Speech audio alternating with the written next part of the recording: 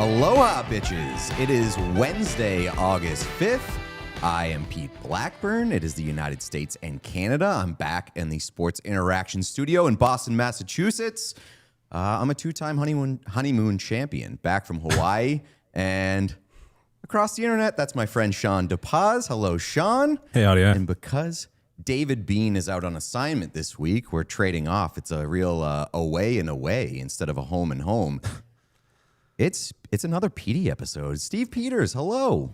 Hey, Pete. And I'm still looking, and my wife is still looking for that first honeymoon playoff appearance. But since she's not listening, I don't think, because she has to work, we won't remind her of that. We are yet to make our playoff honeymoon appearance. I got to address something off the top here, Petey. Before we went live, you said, yes, Pete, I just got to tell you, you make me nervous, which is a horrible thing for me to hear before. Like, I think this is the second time I've ever had to host What Chaos, and the other time was with Jeff Merrick, and he never said anything like that to me right before we go live. It really threw me off. So it shakes your cage a little bit. I get it, Pete, but when you look at DJ, I don't know what it is about DJ. He's just got this chill vibe. I don't know if it's his music background. It does that, and you just bring the professionalism of the chaos up just a notch, and the expectations become higher. The bar is higher, and the level of the guest performance needs to match that level of energy. So I feel a little bit more pressure. You saw my prep this morning, dude. I had 50 papers printed out on my desk. I've been studying for hours. For Pete, I just turned the computer, or excuse me, DJ, I just turned it on and said, "Let's go." So I hope I bring some energy and a good enough content to help you, Pete, get through this next 30 minutes, 2 hours. I don't know. It's definitely not going to be 30 minutes. We can be honest here. It's certainly, we've never done a 30-minute episode. That's fair. But I get where you're coming from, because as the guy who just like does a little research, just shows up and kind of gets talked to, it's weird to be like thrown off. Like I don't like hosting. I don't like having any sort of responsibility whatsoever.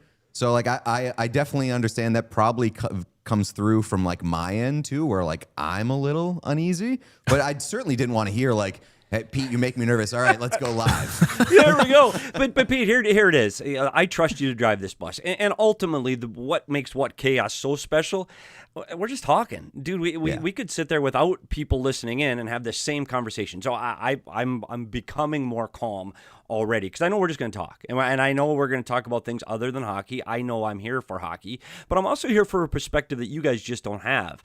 I'm nearly 60.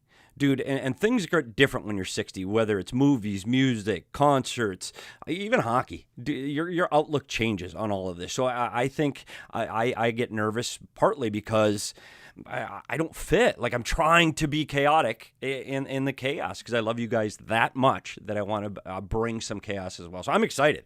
The topics on this show are fucking fantastic. I'm not kidding. Like, this is fun. I'm excited to talk about this.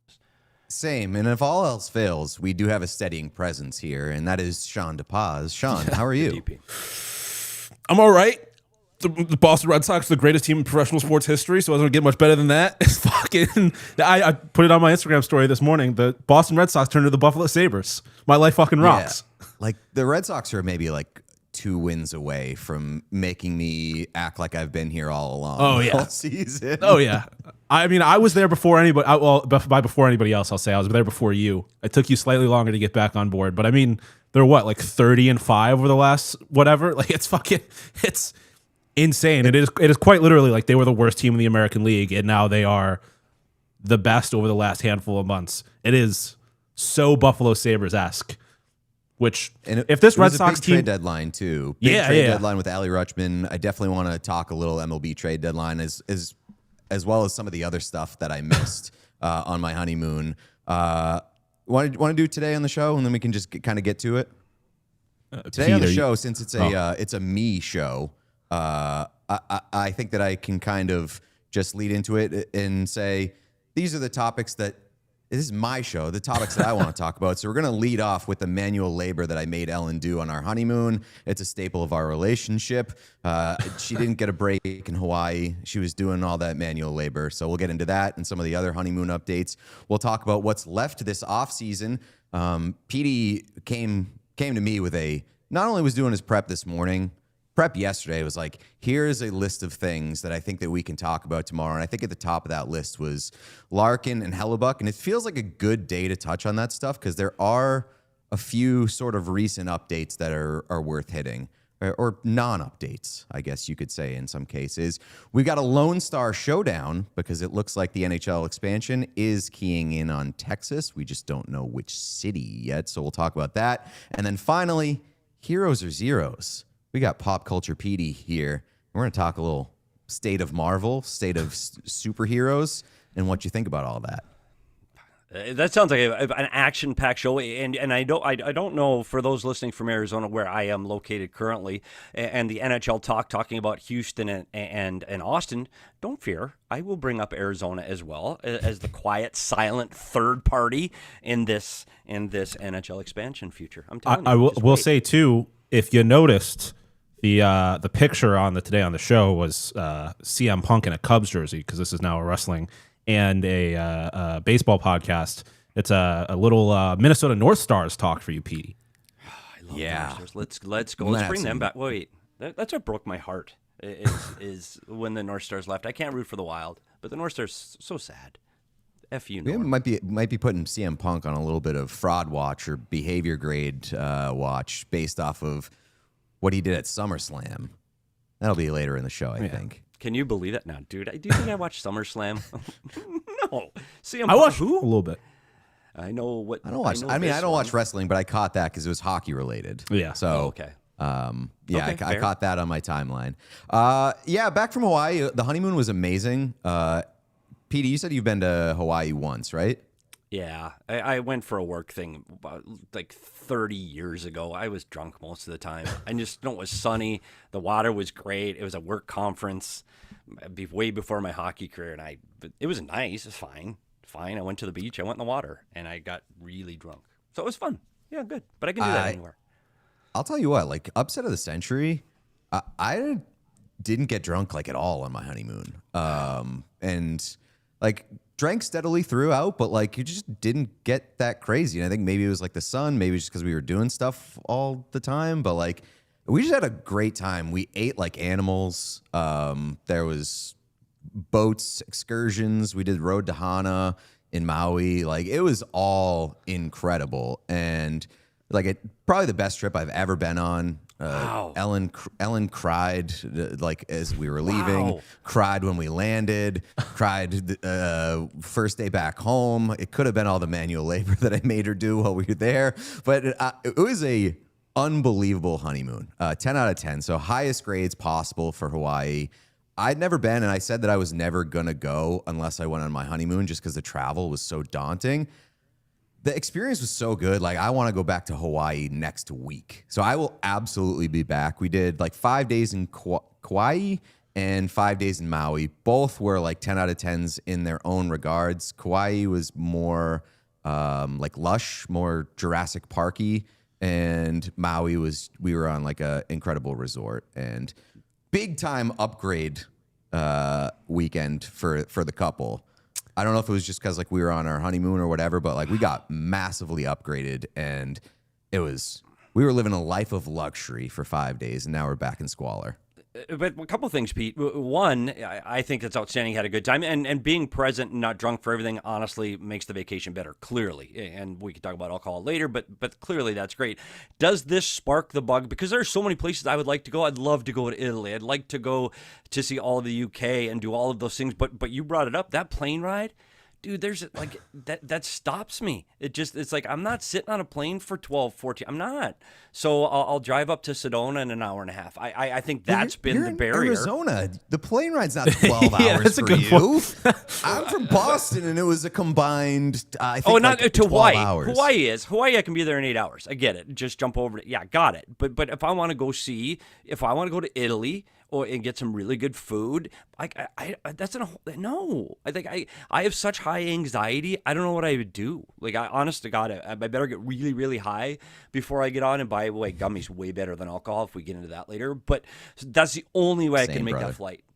Once I land, I'd love to see all these sites and all the history and all the food. I would love it. I know my wife would love it. I just don't think I can get there. And so I don't know. We work on travel or we work on some way to sleep through that. So kudos to you for making it from Boston. You go to LA first? Is that where you go? Seattle, and then on the way back, Portland. So it was pretty split down the middle. It was nice, but I'll tell you what. Want to hear something crazy? I didn't hit a single screen on any of the 4 flights. Damn. Yeah, it's could it be unbelievable to me too. I downloaded a bunch of movies and TV shows, didn't do a single one of them. I slept in 3 of the 4 flights, which is upset of the century. I never sleep on planes. Maybe it was like the weird hours that we took, and then I read on the 4th. So 0 screens all the way to Hawaii. Like a book, like a real paper book. Like real paper book. Yeah. You want to hear a real cute story that was reminding me of my best friend whose wedding I was at was a few weeks ago. He's currently on his honeymoon in Australia, and the reason they're in Australia is because they met at Syracuse in college. They were both my friends. The bride, shout out Lauren, she was set to go on to study abroad in Australia, like right as they started dating, and they had a little conversation. She opted, like shortly after they started dating, to forego going abroad so she could stay home with my best friend Ty.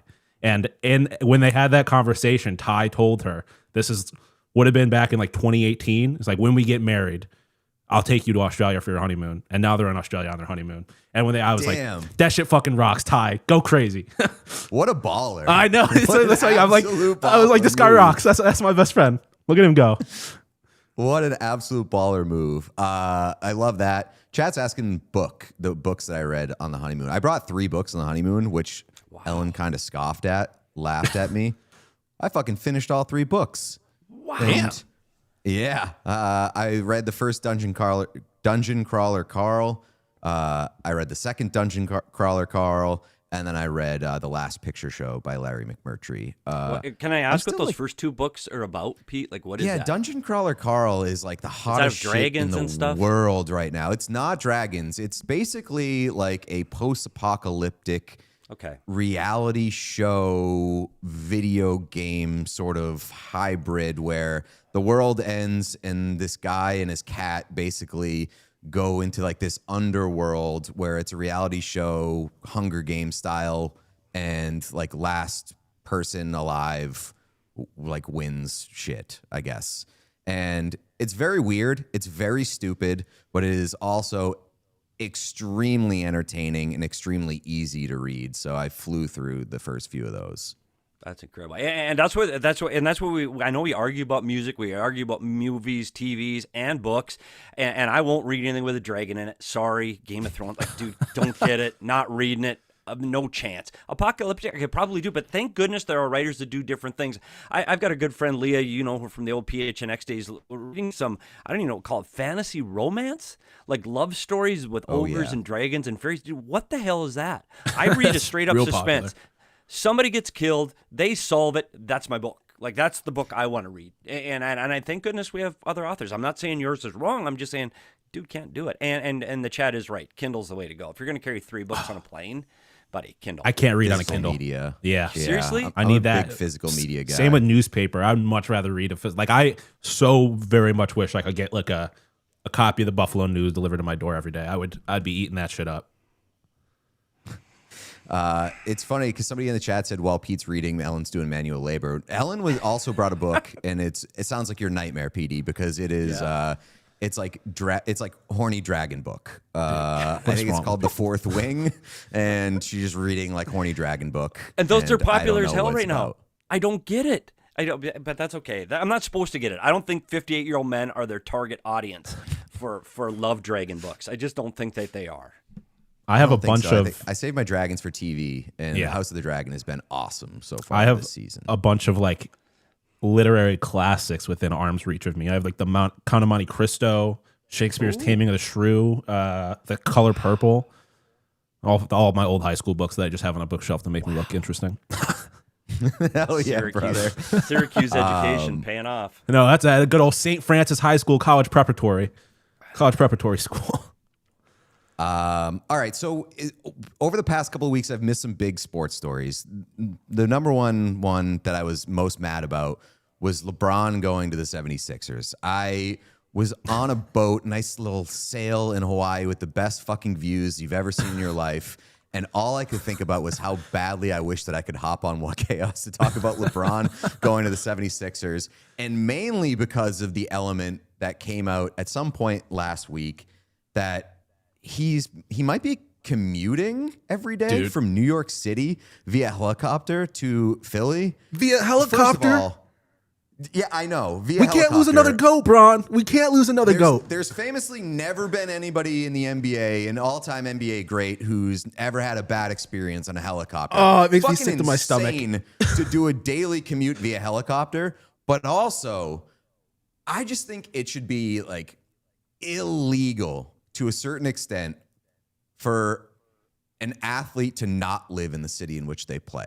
Because like maybe this is a fucking old man yells at cloud boomer take of mine, but like such a big part of the sports experience is the community aspect. And if the athlete is not a part of the community in which they play, and like I'm willing to be pretty flexible on that. Like if you play for the New Jersey Devils, you can live in New York City because it's in the tri-state area or something like anything that's kind of close. And I know New York and Philly aren't that far apart, but they are certainly not the same fucking market. And if you're playing in Philly, I think that you should live in Philly. I think that you should embrace Philly. I think that you should at the very least, be a part of the community and be a resident of Philadelphia. It will bother me to no end if LeBron is living in New York City and flying to every practice and every game. Am I alone in this?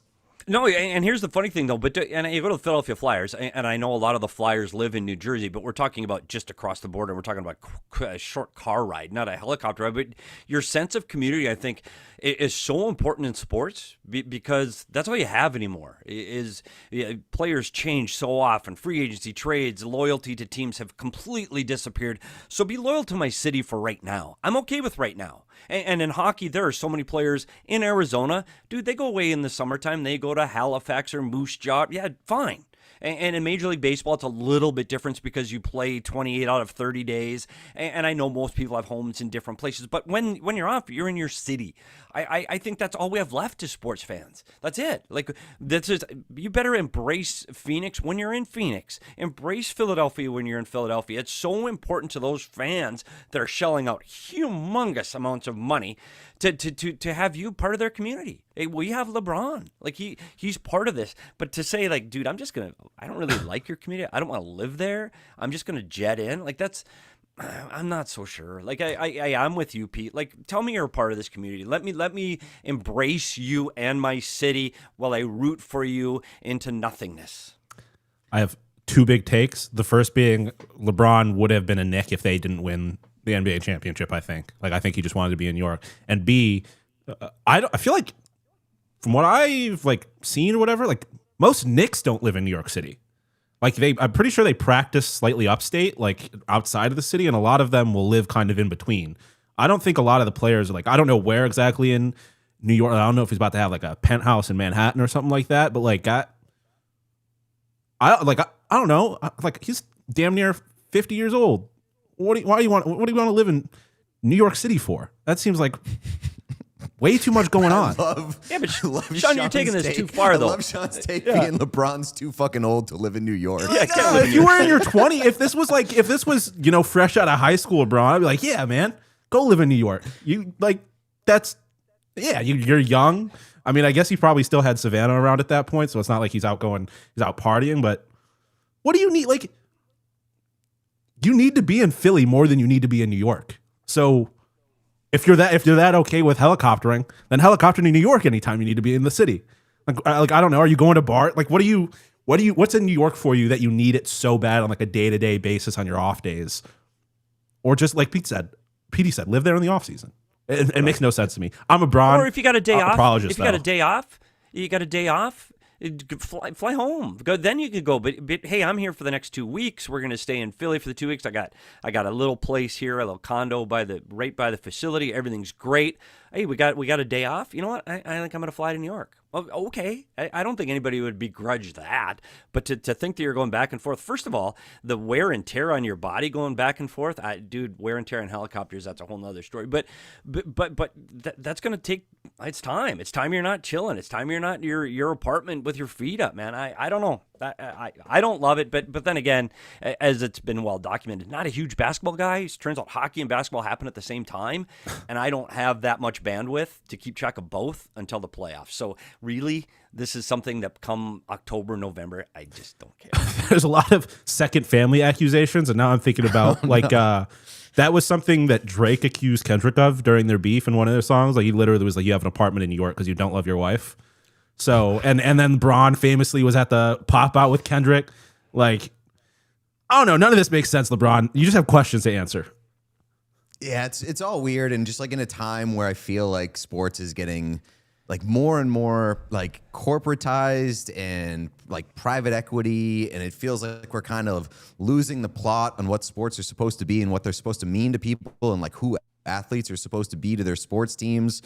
This feels like very hired assassin-y to me. And like, obviously everybody's kind of viewing that for what it is. It's LeBron's last stop. And, but like, at least pretend. And if he pulls out any of like, this is our city, like Philadelphia based shit, I am ready in the mentions to be like, you don't even fucking live there, bro. You don't get to do that. Have we considered that he's just doing this to like Aura Farm? Because we're going to get like, he's going to do like the Jerry Jones. He's going to land outside of the arena. And then there's going to be shots of him like with his fucking go-yard bag walking off the helicopter in slow motion and stuff like he's Bob Stauffer. I think he might just be doing it because he's LeBron James and he wants to look like he's doing cool shit. Yeah, maybe. If I was his teammates, I'd be like, what the fuck, dude? Like, I know he's LeBron, and like, what are you going to say if you're a Sixers teammate? But I'd be like, dude, how do you think Jaylen Brown feels about this? Every day? Yeah. Who do you think you are? Jaylen Brown's probably pissed. Like, okay. He's probably pissed because like the oil Jaylen that's Brown's being probably used pissed for a lot of reasons. Yeah, true.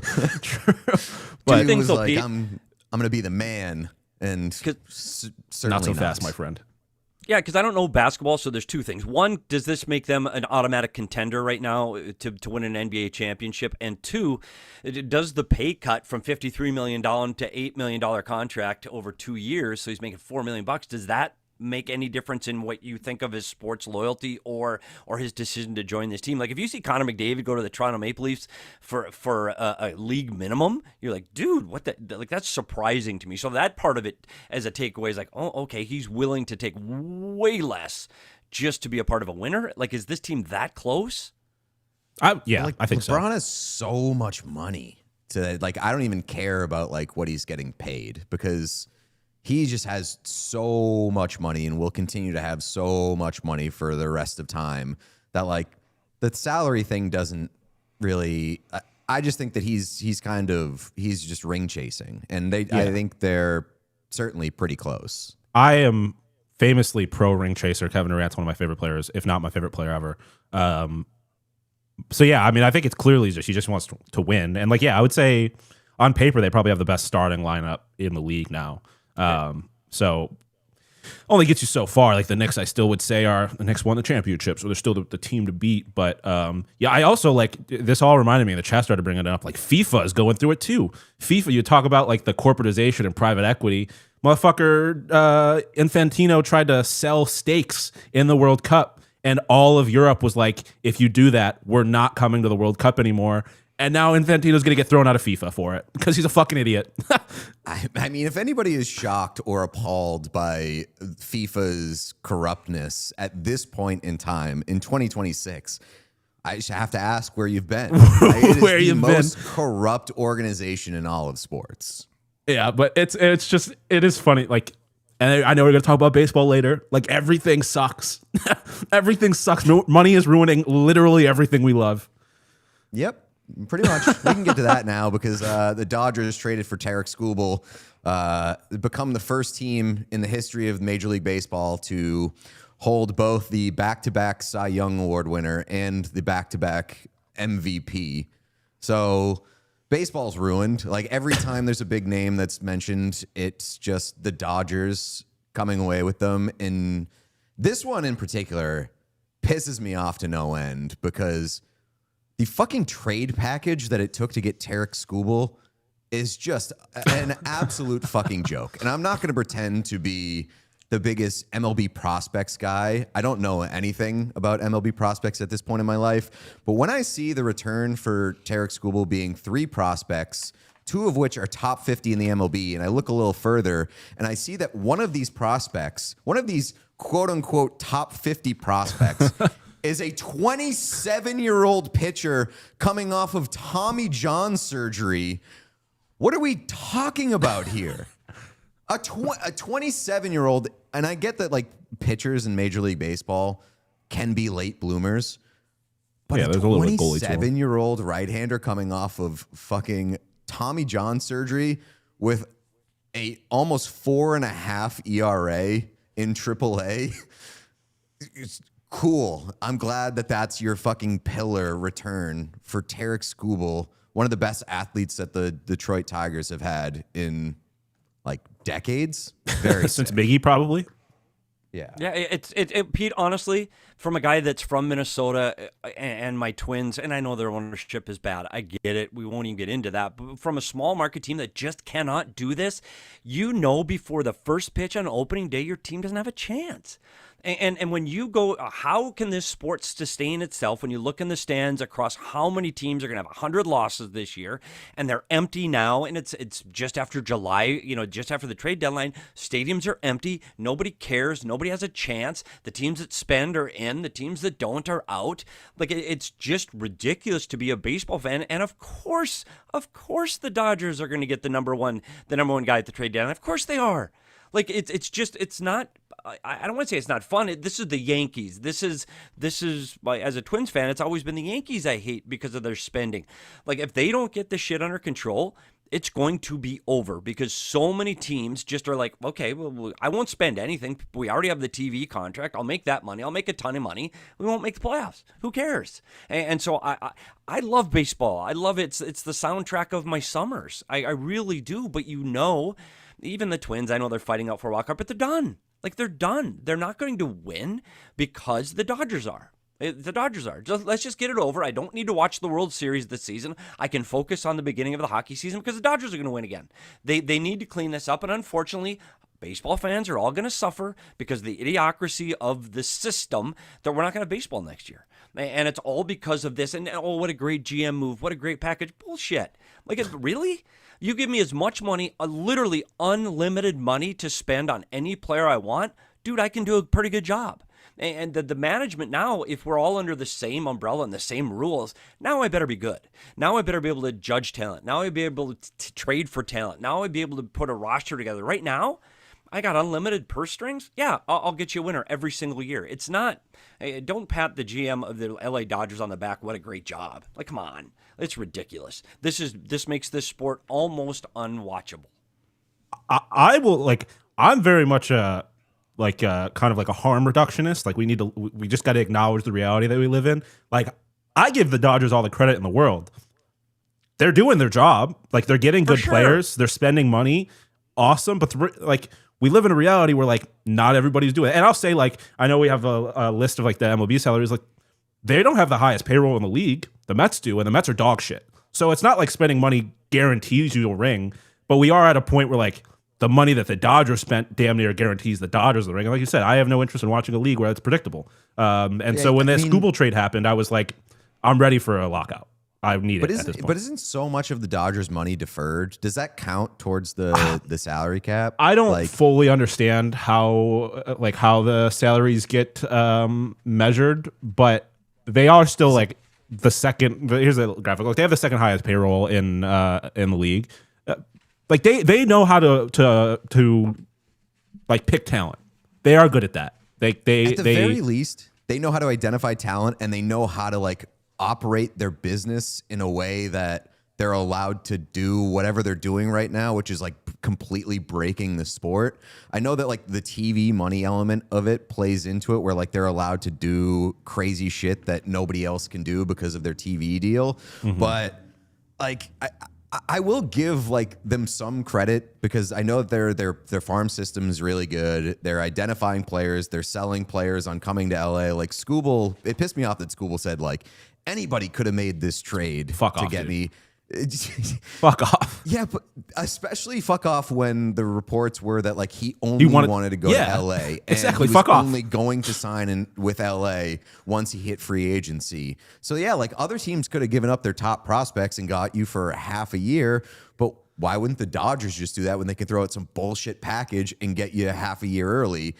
But like I think ultimately here, I'm a huge baseball guy, and I have a hard time caring about baseball, particularly Major League Baseball right now, just based off of where the league is, how things operate. It just seems like such a broken league, such a ridiculous league. Like, people always say that the NHL, like outsiders say the NHL is the worst run sport of the 4 major sports. And I don't think that that's true anymore. Like the money is not there when you compare it to athletes. When you see Macklin Celebrini sign the highest AAV, the biggest contract that's ever been signed in hockey history at 18.8, it's easy to laugh at like how that number is dwarfed by so many other sports. But like as far as the way that the league is run, I feel like the NHL is in a better place than definitely baseball, based off of how how weird the money and the salary structure and the competitive balance is off right now. But also like maybe the NBA, based off of like the quality of the product. Like NBA has so many big stars, but I just feel like the product kind of sucks based off of teams jacking up threes, nobody playing defense, and that's just kind of like the new age of the sport. I don't know, like nobody's going to beat the NFL based off of like a business and quality of play and quality of draw on a weekly basis. I feel like the NHL like might be number 2 in terms of the leagues and the way that they're run right now. Am I off on that? No, you're right. 100% dead bang on. And a couple of things that NHL and MLB, the difference is you talk about the high-spending team and the Dodgers. What really screws it up are the teams that don't spend any money, that are at the very, very bottom, spending the gap between top and bottom is over $300 million. Like, that's insanity. And if you're a team like me, we're rooting for the Twins, you don't spend money, you don't win. In hockey, at least you're forced to. You're forced to spend money. I can't tell you who is going to make the playoffs this year, but I'm going to tell you the teams that are going to be around it are the teams that are spending to the cap. They're the teams that are going to sniff. Now, will there a team sneak in below that? Of course. But you have to spend the minimum. And I think at least you can go, okay, we're trying to get to the floor, and it brings that closing gap a little bit tighter. But you talk about star power. The NHL's got a rule in their CBA that you can't give any player 20% a max contract. 20% is the most you can pay any player. Do you know how many players have made 20% of their team's cap? None. Never happened. It's never happened in the history of the National Hockey League. Even when you talk about Celebrini, you talk about Kirill Kaprizov, they're at 16 and 17% of the cap space. So you're not getting those max contracts because your team wants to win. And if you spend that much money on Kirill Kaprizov, dude, I still need a 4th-line winger. In basketball, I need 5 guys that can play. Yes, I better get a 6, 7, and 8, but I need a couple of stars, and that can carry you. Clearly, Draisaitl and McDavid, 2 of the best players in the league, aren't enough. You can't do it with 2 star players. You can't. You need a team, and I think that's the other thing that makes the NHL so much better. NFL, you're right, can't compete. We're going to pay our quarterback unlimited money because that's the guy that's going to do it for us, and the teams that don't spend money win because they have young players under good contracts. Patrick Mahomes in his entry-level deal, that's why they win. Their quarterback, their best players are under lower-level contracts. And I think in the NHL, it's at least fair. It's at least fair. Here's the gap. You guys spend to it. Spend to the cap, spend in between there. If you want to get close to winning a cup, you better spend to the cap. Doesn't guarantee it, i.e. see Toronto, but it's going to get you close. Because if you don't spend to that cap, you're going to be Arizona. And you're not going to win. And you're going to have to try to reach the floor by getting a mythical roster. And that's what I think the difference in these two sports are. I think at least when you're in hockey and you look at your owner, you know an owner that's trying to win. I will say, like, as far as Rob Manfred sucks. Can't stand him. But I guess in like defense of MLB, like I feel like this happened really fast, and like you can only change the league when it gets to like the CBA negotiations. So a lot is gonna be revealed by what happens. Like I think we're probably going to miss at least half a season of baseball. Like I'd be shocked if they played a full MLB season somehow next year.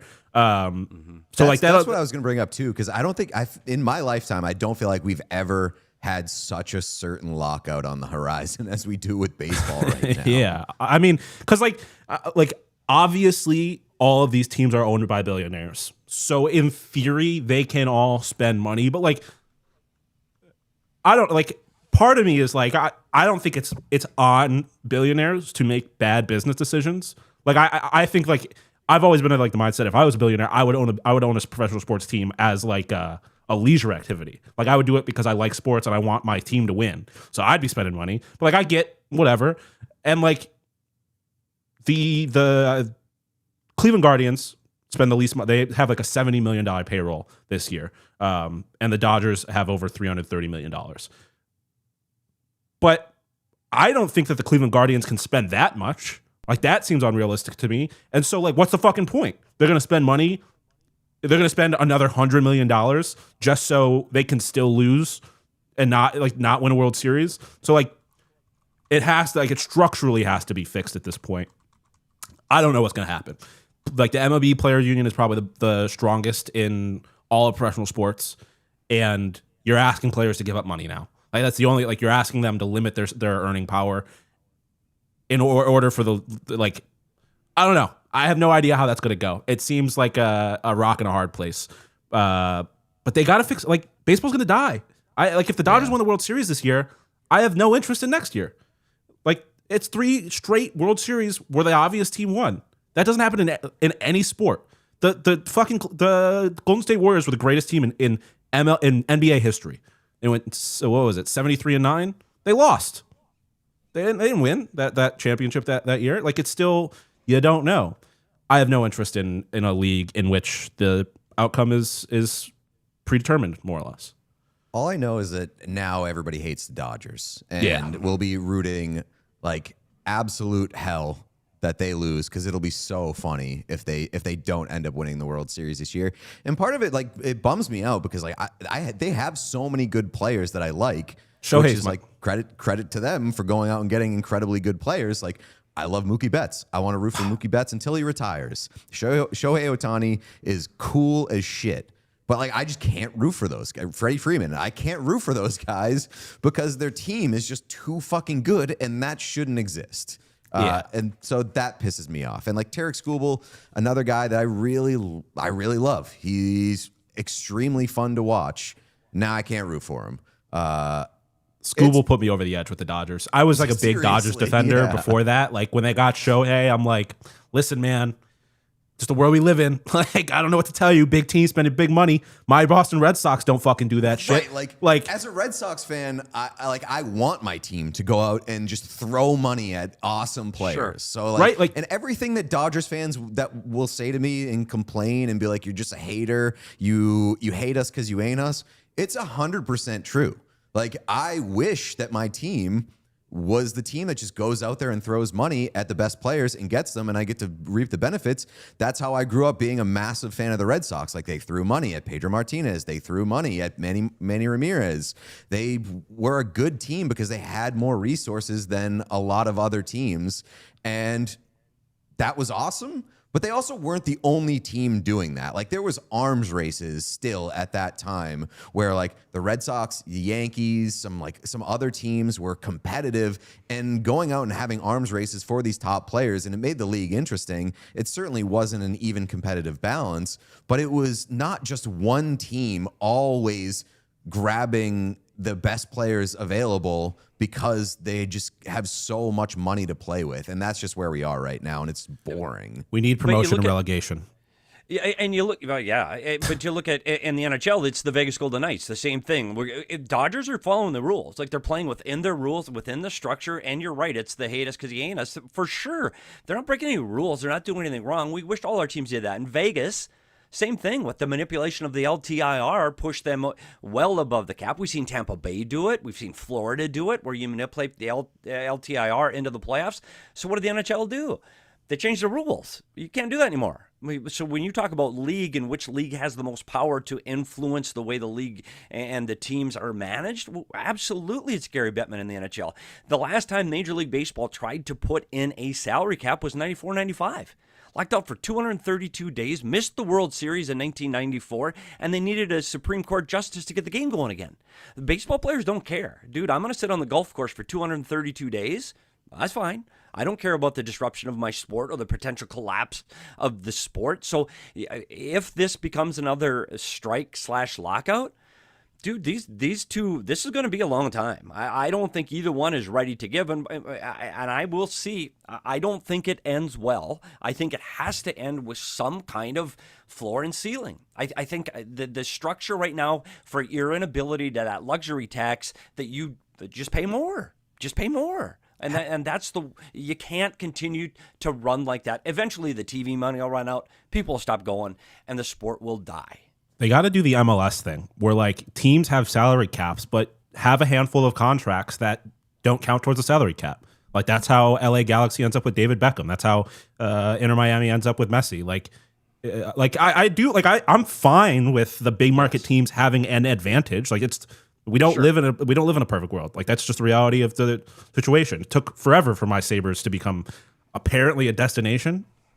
Shout out Connor Hellebuyck. It's cool when the smaller market teams have these runs where they beat the big market teams. The Diamondbacks, they went to the World Series. That shit rocked. That happens. It's not a perfect league. The league was still in a much better place when it wasn't completely broken by one team. Like we all loved baseball growing up. And it was never perfect. It was never competitively balanced, completely equal, and it was still a lot better than what it is right now. This will be a hockey podcast at some point, but I do want to use this to transition to Sports Interaction. This segment is brought to you by Sports Interaction, Sportsbook and Casino. Every game is your game. When you bet with Sports Interaction, bet the action on every period, every shift, every shot with Canada's homegrown sportsbook, Sports Interaction. Ontario or Alberta only, must be 19 plus in Ontario, 18 plus in Alberta. Please play responsibly. This gives us an excuse to look at the World Series odds from Sports Interaction. Right now, it's Dodgers plus 260. And then the second best team. Yeah, Dodgers plus 260 to win the World Series. All right, seems guy. Just like outrageous. Free fucking money. Next closest team, plus 700. It's the New York Yankees. This is officially my fucking nightmare where the top two teams, the only two teams with shorter than plus 1,000 odds are the Dodgers and the Yankees, which we've already seen. And it is just like the worst possible, like hope the sun explodes and both teams lose. Congratulations, baseball. Look what you've done. My thing is just that why, like, if you're not betting on the Dodgers, like you want to do something else, Boston Red Sox plus 1,300. Like I'm somewhat of the belief that like if you get to the World Series, any given game, like the Red Sox just swept, or I don't know if they swept, they just fucking dominated the Dodgers. Like over the course of a couple of games, 1 to 2, anything can happen. So like more or less, I guess what I'm saying is whoever you think is going to come out of the AL, bet on them to win the World Series if you're looking for value. I don't believe in the Yankees aren't getting to the goddamn World Series. It's so funny that the fucking Red Sox, it's like Red Sox against the world, and like the Red Sox are the scrappy underdog. Yeah, I know. But like, if the Red Sox beat the Yankees, I think that a lot of people are going to be like, fuck yeah, Red Sox. We're coming. 2 games behind them. Best team in baseball since, I mean, at least like the Jaylen last Brown was traded. 45 games. Yeah. I mean, it will, right now it's set up for a wild card series in New York, but the Red Sox are obviously hot. We get a Yankees-Red Sox wild card series at Fenway Park. Brother, I'll be fucking jacked up. I'll be juiced. Hell yeah. So it's Dodgers plus 260, Yankees plus 700, Brewers plus 1,000, Braves plus 1,100, Red Sox plus 1,400, Rays plus 1,600, Cubs plus 1,800. I hope that I'm doing this conversion right. I think so. But yeah, so that's where we are. Go Red Sox. Go Sox, absolutely. Baby. Save the world. Save baseball. That is your Sports Interaction. Every game is your game when you bet with Sports Interaction. From puck drop to overtime, bet with live odds on every play with easy deposits and payouts. Go to sportsinteraction.com/whatchaos to open an account. Ontario or Alberta only. Must be 19 plus in Ontario, 18 plus in Alberta. Please play responsibly. This does remind me. Did you see any of the Women's Pro Baseball League stuff? I saw the national anthem. The national anthem was... tough start. Can't start a league like that, I'm afraid. I'm sorry. You just can't do that. But their mascot, I'm going to blank on the woman's name, but the woman who's like 90-some years old who played in the original Women's Professional Baseball League, their mascot is just like a cartoon version of her. And that woman's still alive. So there's like the mascot version of her meeting the real version of her. And the mascot's awesome. The mascot fucking rocks. But the anthem, like... made Fergie look like a good anthem singer. It was the worst anthem I've ever heard in my entire life. Was that the first anthem out of the gate? I think so. It's the only one I saw, so I think so. And that just can't happen. It was just like three women who all were like, we're going to do our anthem at the same time. Do you remember when the first woman college football player made her debut? Yes, for Vanderbilt, I believe. Yeah, with the opening kickoff. And it was just fucking horrible. It's just unfortunate. That can't happen. It's just unfortunate. People are just waiting to talk shit and be the worst people on the planet and on the internet, and that happens, and it's just like, oh fuck, man. Yeah, I mean, I'm rooting for you.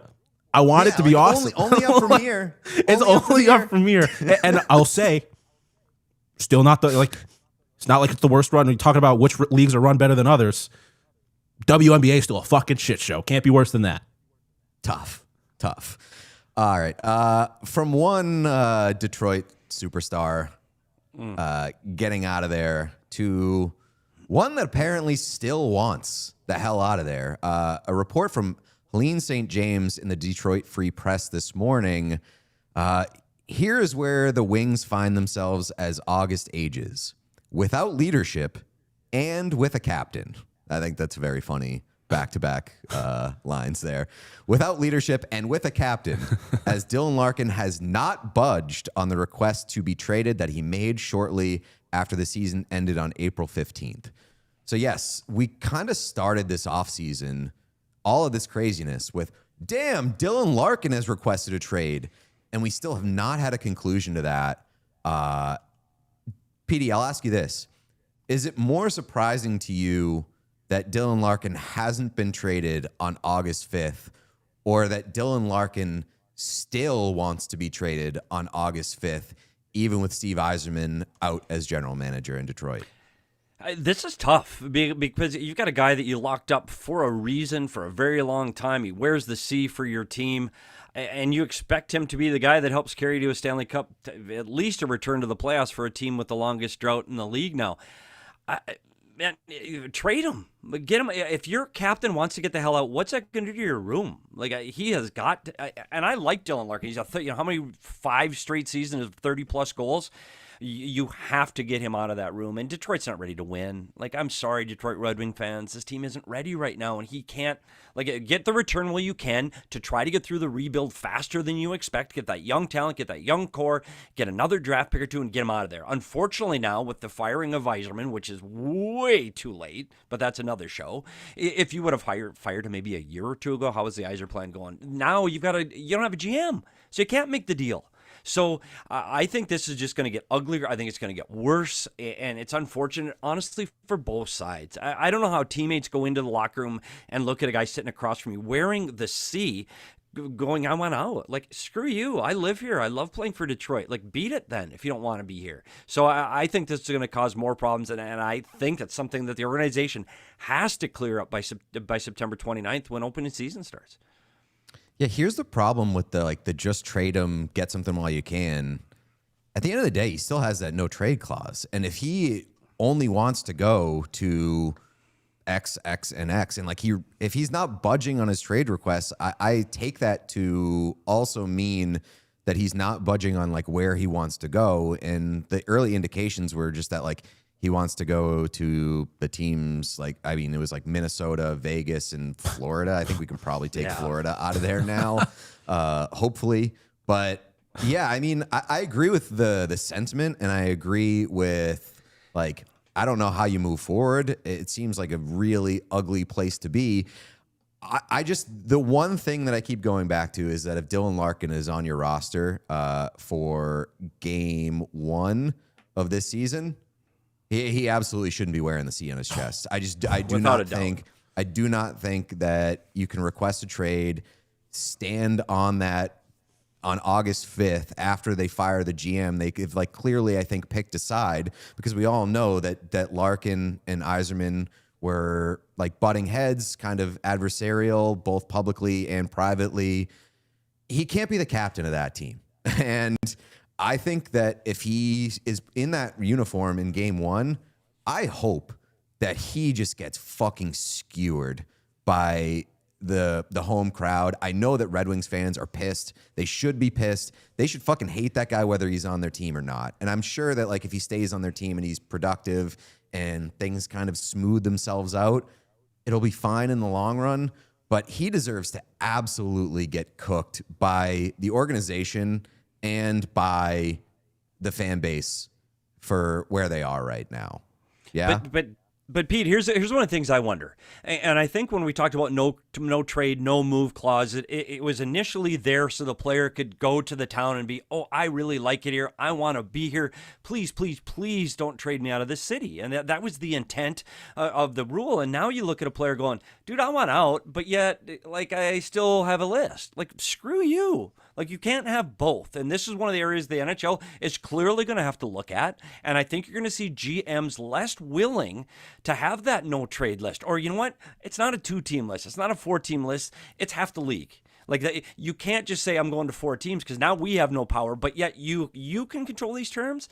I think that's going to have to shift. So what's the rule there for? Why do you have a no trade? Man, I really want to go play for the Detroit Red Wings. That's my home state team. Man, just please guarantee that I'm not going to be traded anywhere.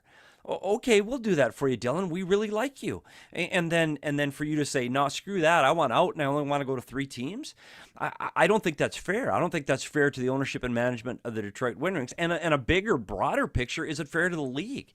So I think you're going to see GMs using that much more and much differently in the future, the no trade, no move clauses, and the amount of what those lists are going to look like, because they cannot be in a situation like this with Dylan Larkin, with the guy that you're paying $8.5 million a year for the next 6 years. Like, you're going to have some differences in the way you approach free agents, long-term signings. I think that you're going to see less of this blanket no move. I don't think that you're going to see managers be able to work in that time frame and work in that ability to move a player. You're going to be screwed. And I don't think this is going to be something just like we saw the limits where Keith Tkachuk signs a $13 million 10-year contract, or DiPietro with a 15-year contract, and that finally got cut down. This is something that's going to be addressed by the GMs and ownership over time. It has to be. And I think I said it during with the free agency stream that we did for Bleacher Report, but like, I would love to see some sort of mechanism that if you have a no trade clause and you put in a formal request to be traded, I would love to see that trigger some sort of modified no trade clause where it opens it up to, even 10 teams, 10 teams, 15 teams, 16 teams, half the league, whatever you want to do. I feel like, I know that would kind of open up a gray area for quote unquote officially requesting a trade and sort of just kind of unofficially asking for one or pushing for one. But yeah, I agree that we're in a place where I do not want to go down the road where these no trade clauses and no movement clause are weaponized to go to like 1 or 2 teams. And we get to a place where, like baseball, it is a shortened league with a short list of teams that are relevant and whatnot. I mean, and with the Larkin conversation, I do want to be careful not to give like the Red Wings too much credit here or defend them too much, because it's been a while and they really haven't pushed it forward.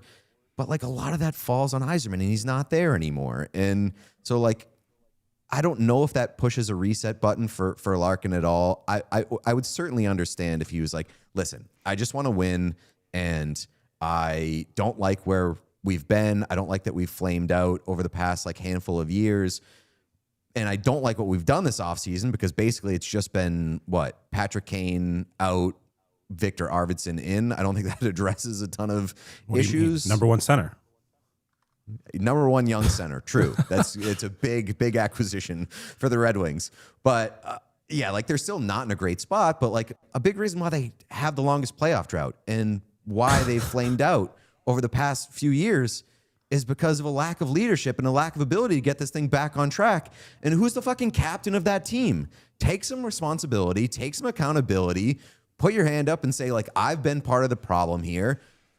Let's figure this out and let's get out of it. I just feel like if Larkin is going to come out in whatever it is, September, right before the season starts, and issue a statement like Zach Werenski did and say, like, I'm committed to being here. I'm like, this didn't go the way that I wanted it to, blah, blah, blah. I'm not going to buy that for a fucking second, because you know who did it immediately was Zach Werenski. I think Zach Werenski saw the way that things were going and saw it moving way too fast and was like, whoa, let's pump the brakes here. I don't know if I really want out. I'm just kind of frustrated right now. I respect that, and I can approach that from a point where, like, listen, I see where he's coming from, and I get it, and I don't blame him for being like, what the fuck's going on here? Let's have some conversations about my future. If Larkin had done that, or had, like, even in the past couple of weeks in post Yzerman and said, like, all right, I'll see where this goes. I'm just frustrated and I want to win, I would give him some credit. I just think that if we're here on August 5th and he's in the same place that he was at the start of the offseason, that guy can't be your captain. We also didn't talk about the most masterfully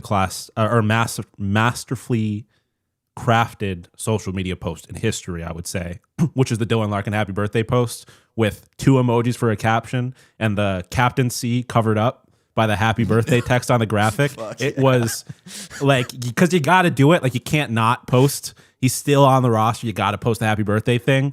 But it was just like, it wasn't like an excited picture of Dylan Larkin. The C was covered up. It was sponsored, and they did a cake emoji as the caption. Like, just the most handled as perfectly as you can handle a happy birthday post in that situation. It made me very happy. I mean, the only thing that would have been better would have just been the "It is your birthday." Just no picture from of The Office. The banners. "It is your birthday." Period. Congratulations, Dylan Larkin. That would have been real good. The other big name that like might be surprising hasn't been moved yet is Connor Hellebuyck. And I did see recently that Jeff Merrick was saying, listen, that thing's not dead yet. It still could happen. Connor Hellebuyck, specifically to the Buffalo Sabres. I think that's the team that everybody's looking at. And Sean, I see you doing the Mamma Mia. Like, bring it over. Let me hear it. All of it. You weren't always there, were you? I think originally, before it became how clear it was that people didn't give a fuck about this draft class, I was worried, and just some of the names that were getting thrown out. Like, I believe the original ask was Zach Benson, and I was like, Minnesota, fold your fucking franchise, or Minnesota, Winnipeg, fold your franchise. Like, I don't. What are you talking about? Get your hands off my junkyard dog. But like, now if the conversation is like UPL, I was always like, obviously we're gonna have to ship out that goalie to bring one in. Jack Quinn, thank you for your service. Like, enjoy Winnipeg. Hope you can get Wi-Fi up there. Radim Mertka, great knowing you, Mr. Cum. Or Cum Man, whatever his name is. That is all fine. But when we start talking about Hellenis or Ostlund or obviously Zach Benson, I get a little more hesitant. But like, obviously, yeah, like Connor Hellebuck's one of, if not the best goalie in hockey. American hero, Medal of Honor recipient, Connor Hellebuyck. Like, yeah. And like Tage, obviously, like we live in a world where Team USA guys, you got to keep Team USA guys happy by having other Team USA guys. So bring them on down. Like, yeah, that would rock. It would make the Buffalo Sabres a better team and closer to winning a Stanley Cup. So bring them on down. Yeah, I think there's a lot of differences here. First of all, he didn't, and to this day, correct me if I'm wrong, Pete, he hasn't publicly, through himself or his agent, issued a statement, I want to be traded. I think it's been more quiet between himself and management and ownership, and I think that has helped this so that if it does blow up and it does fall apart, that Connor Hellebuyck can still wear the Blue Jets jersey on opening night without the chaos that I think Dylan Larkin will bring. Now, on the other side of it, you look at the two teams. Who of these two teams has a better chance of being a playoff team or at least pushing to the cup in the next few years? I still think it's Detroit. Like Winnipeg's window, unfortunately, has closed. I know they have some really nice players, but they're not going to win. So the quickest way to get through a rebuild is take one of your big assets that you have locked up for a long time that's really old and turn it into some new young assets. So I think this deal actually works better for both teams. Larkin still, as I said, 5 years, 30 goals straight. Hellebuyck had his worst winning season, wins, losses in his entire career. And so it's time for him to make a move anyway. Like you see how goalies can get that resurgent from getting to a new team. So I think this is more likely to get done. Now, if you look at Buffalo, I agree 100% with everything Sean DePaz said. Buffalo now is a team that, yeah, they can make the playoffs again this year. I think they can. I think there's a team that may be still on the rise or right on that precipice of being there. But you put Connor Hellebuyck in the net, man, confidence and belief goes a long way in the National Hockey League. And if you can just get him to get into the playoffs, I think the Sabres have improved their team. So I still think this can get done. But if it doesn't change the face of the Winnipeg Jets when he comes out as their starting goalie. I just don't think he's approached it that way. So this is a different situation than what you see with Larkin in Detroit. Yeah, that's my other thing on Winnipeg, definitely too. Agree. Like, what do they need Connor Hellebuyck for? Even when they were making the playoffs, I was like, it's not a good team. They don't have like any skaters. Like they have a great goalie and they have a handful of like really good players, but like they don't have any fucking superstar. Like that's not a team that's going to win a Stanley Cup. And now they're worse. So why even obviously as a Buffalo Sabres fan, I want them to trade him to the Buffalo Sabres, but trade that guy anywhere. Like you need to be honest with who you are. And I know that might be hard in that market because those fans are incredible and they looked like they were close at a point, even though I don't think they were that close. But like, why hold on to him at this point? And like, I know Connor Hellebuyck has had his playoff struggles in the past, but like, there is nothing sadder than a very elite goaltender just being wasted in a place where like he's never really going to have an opportunity to truly contend for a Stanley Cup. And so like, I think now is a pretty good time for the Jets and Hellebuyck to go their separate ways. And I agree with you, Petey. Like it just feels different than the Larkin thing, both because of like, it doesn't seem as ugly. It doesn't seem as, I don't know. I don't want to say like nonsensical because it is sensical for Larkin to be tired of what's going on in Detroit. But like, I think he's handled it better. And the fact that his trade list seems to be a bit wider, he's not trying to push himself to a specific location, and just like the situation in Winnipeg. Plus, like, Hellebuyck re-signed in Winnipeg when it felt like that whole thing was going to fall apart. Like, him and Scheifele were the ones that were like, you know what? Everybody kind of is counting us out and saying that, like, no, we don't want to stay here. Let's commit. I think it was 8 years at the time that they both signed. Like they gave Winnipeg the shot to do something with them there, and they just haven't been able to bring it on home. So like, I would personally, I'd like to see Hellebuyck go somewhere else and see if he can continue sort of the redemption arc as playoff Hellebuyck, because the man has a Presidential Medal of Freedom because he had one awesome playoff game. Let's see what that turns into in the Stanley Cup playoffs from this point on. So I'm kind of hoping that Hellebuyck gets traded. I'm kind of hoping that Larkin doesn't, just because I feel like as a fan of just a messy bitch in a messy situation. Not my team. Yeah, right. Like fucking go crazy. Not me. So like, and I don't feel bad for Dylan Larkin getting quote unquote like wasted in Detroit, because I feel like he is kind of playing above his pay grade and playing above what he truly should be like in the NHL level, because Detroit hasn't really done a great job of putting pieces around him. So why doesn't he want to go to Buffalo? Like, why doesn't who? Dylan Larkin. Like, I mean, like, I think there's a question about whether or not he's a true number one center, but I think we had this conversation with somebody, I can't remember who it was, like, Tage Thompson is a number one center who just doesn't really play center. Like, you have enough talent on that line. I don't know. This is just me being a Sabres fan, but, like, I don't know. I think the Sabres, I think they have enough talent to cover up the fact that they have a USA not Olympian, Sean. Part of the requirements appear to be Olympic teammates playing together. They do have an Olympian. And if Dylan Larkin, which he doesn't seem to be, but if you're at all worried about the optics of it, about you joining one of these super teams or whatever, come bring the Buffalo Sabres a chip. Why not? I don't know if the money can work. I don't know, but. The last thing I want to say on it, I want to go back to Hellebuyck for a second too, and I think that this is where you talked about them signing him for such a long term for such a high dollar amount. Is that was what was supposed to bring you a cup during your window, and I think it brings up a bigger, broader argument and discussion in the National Hockey League is how important is a goalie. Like, how important is that goalie? Igor Shesterkin, highest paid goalie in the league, $11.5 million. Are the Rangers going to win a cup next year? No. You look at the list of the top 10 goalies that anybody making over $7.5 million. How many of those guys really have a chance of winning a Stanley Cup? I don't know. Dustin Wolf? No.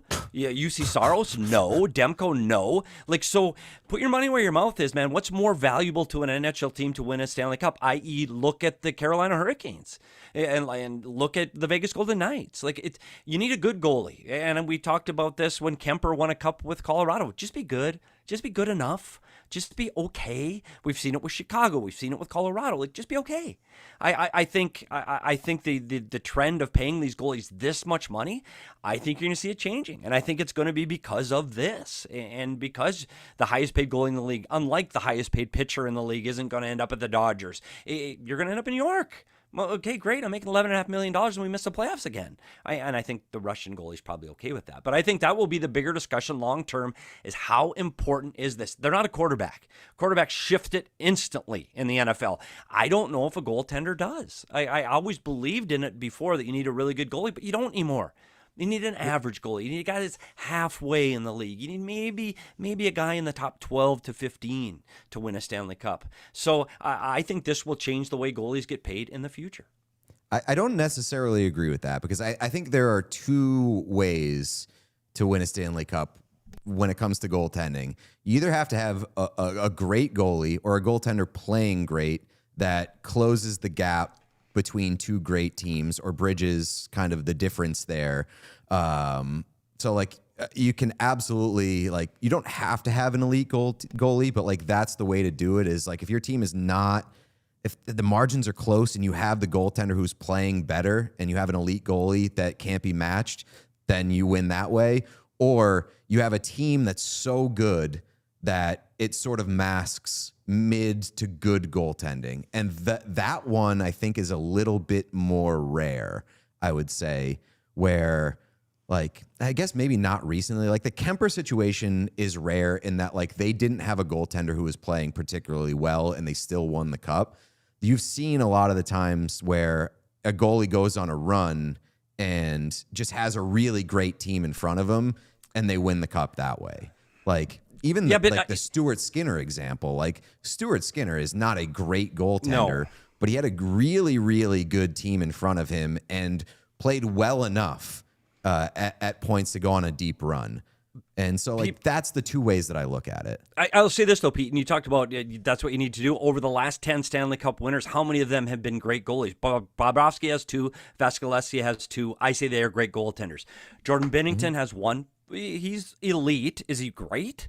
Brandon Bussey. He's not elite. Bussey, Aiden Hill, Braden Holtby, Darcy Kemper, Matt Murray. That's your last decade. Dude, those are some average freaking goalies. So I still believe you don't need it. Like, I'm sorry. I think you need to be good or good at the time. Like, Brandon Bussey was world class to win the cup for 5 games. Like, he was elite for 5 games. But none of those goalies in the top 10, except Bobrovsky and Vasilevsky, would I say are elite goaltenders. And that's the last decade. So I would throw Holtby in there, like Holtby was one of the best goaltenders in Canada at the time. That's fair, but I won't take that for Murray, Kemper, Hill, Bussey, Binnington. I won't. So I still. It took me a long time to come to that because I'm a goalie guy and I love my goalies, but I still think the great goalies, it's just who, to your point, who's playing great at the time. But I would say, like, in the case of the Sabres, like the Sabres have like question marks on the back end where like if they got Hellebuyck, I think that it would make sense to go out and take that swing because he helps mask what's in front of him. And we've seen teams make deep runs doing that. I think back to like Henrik Lundqvist when he was on those Rangers teams and they got to the Eastern Conference Final and you were like, holy shit, that defense is so fucking bad. Yeah. But Hank is so good that he's consistently bailing them out. I don't think that the Sabres defense is as bad as some of those Rangers teams, but if they have growing pains and they have trouble figuring out and they have some holes in the postseason where they're getting kind of outmatched, I think that Hellebuyck pushes you more towards being a true Stanley Cup contender with him in net. Plus, But is that to Gibson? Is that Gibson to Detroit, a veteran goalie who was supposed to be the guy gets you to Detroit and that's going to put us over the hump? Or is it Gibson wasn't good when he got to Detroit. Like he hadn't been good for years. And Hellebuyck had his worst year of his career. Just saying, it's 1 year. I get it, 1 year. Yeah. 1 year. Tim Tom, I went back 20 years now, and it gets worse. Tim Thomas, Chris Osgood, Anthony Emmy. Like, it's bad. It's amazing. There are good ones. Jonathan Quick, outstanding. Marc-Andre Fleury, outstanding. Corey Crawford has 2. Somebody's going to tell me. I know Chicago fans will get in an argument with me on how elite Corey Crawford is, but not elite. That's the so team. Again, I just think be careful, Buffalo. If you do get him, is it the man? Are we putting so much in that basket? I don't know. Like UPL, if you play better, if you had a better goaltender, would they have gone on another round? Potentially. I think their goaltending was a problem. Clearly, they didn't know who to play in that second round. So yes, you hope that solidifies that. It'll be interesting. And this, Pete. This debate to me is why I come on the Chaos. I loved when you said I disagree. That's fun. Like that is fun. I think this is an argument that people will have to wait until June but eventually July when they play 87 games for Christ's sake. But on who's really going to do this? If Hellebuyck joins the Buffalo Sabres, are they all of a sudden one of the teams contending for an Eastern Conference title? I think they are. I mean, they damn near were. Or they damn near were last year. Sometimes I sit and think about the fact that the Buffalo Sabres missed going to the Eastern Conference Final on a Game 7 overtime.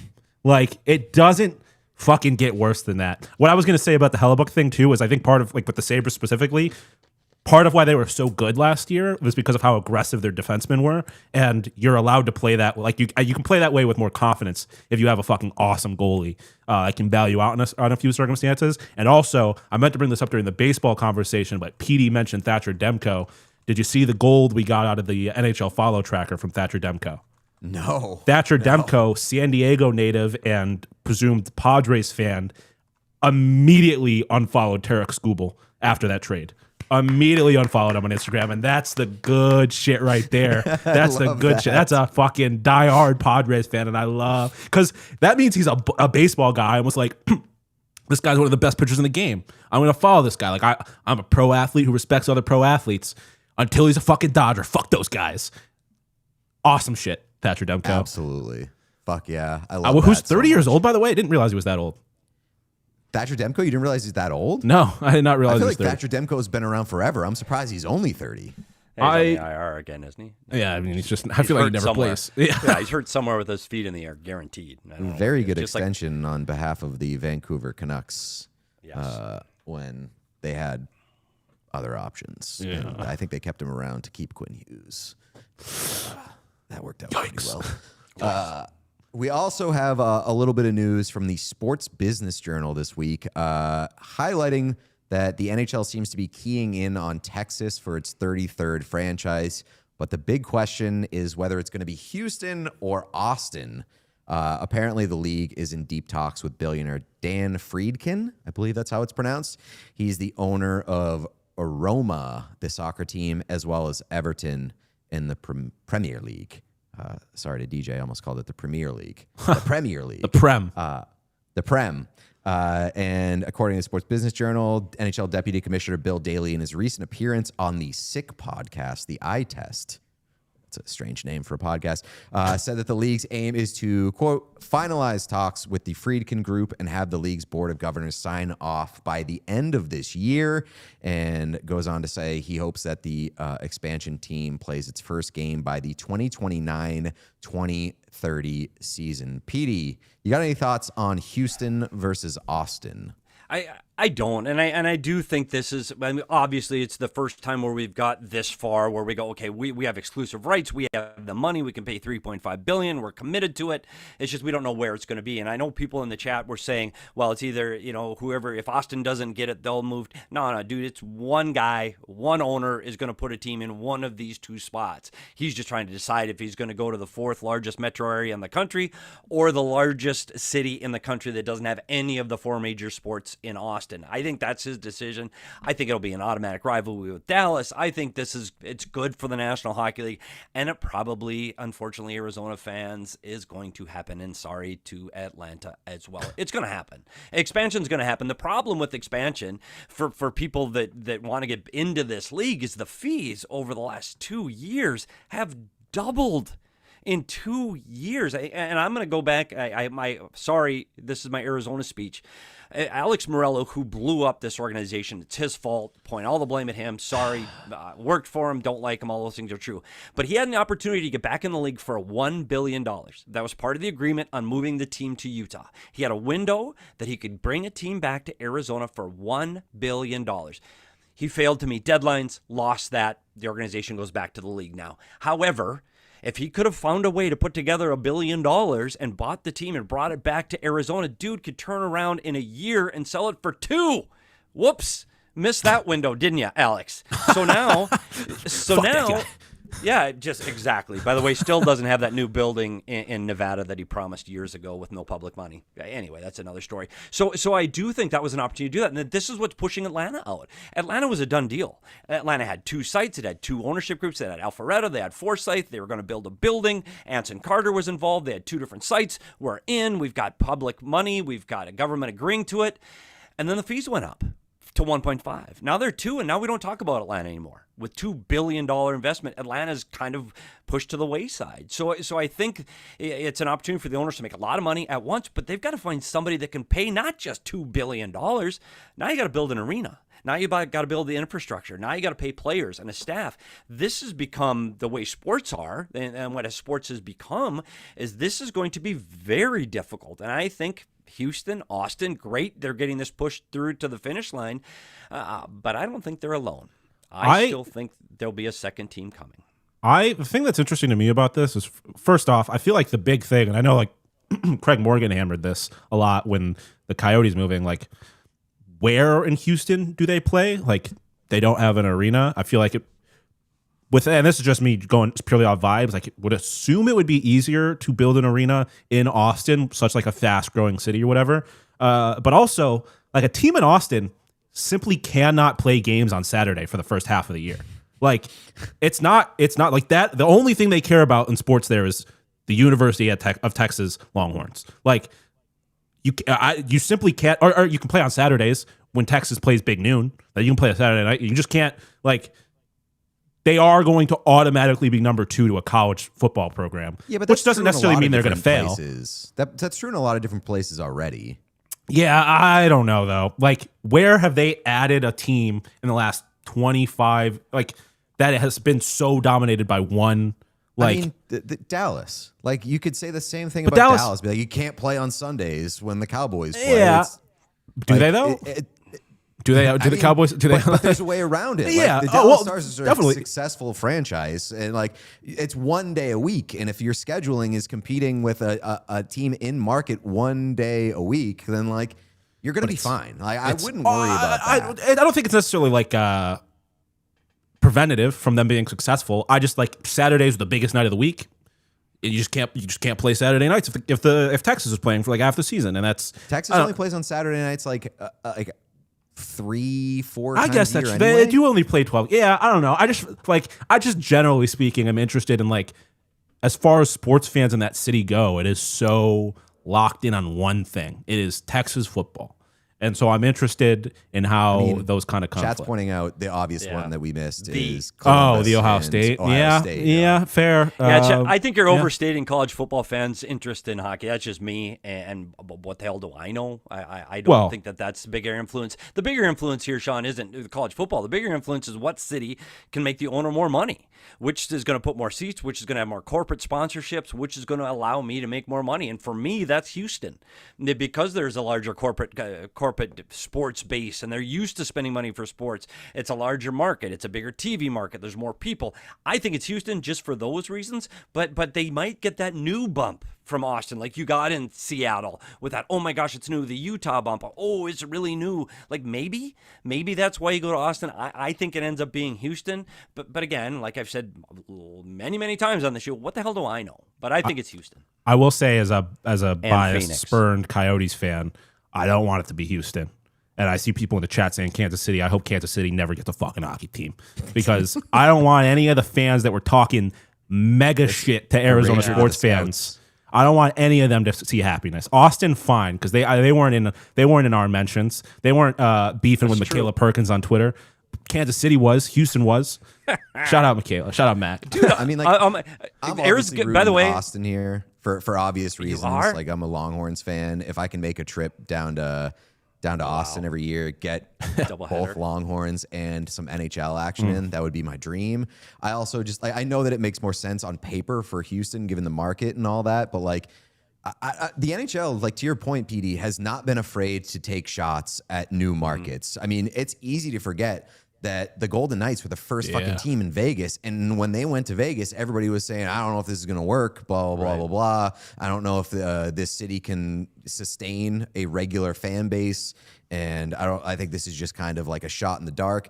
That team like captivated the city immediately.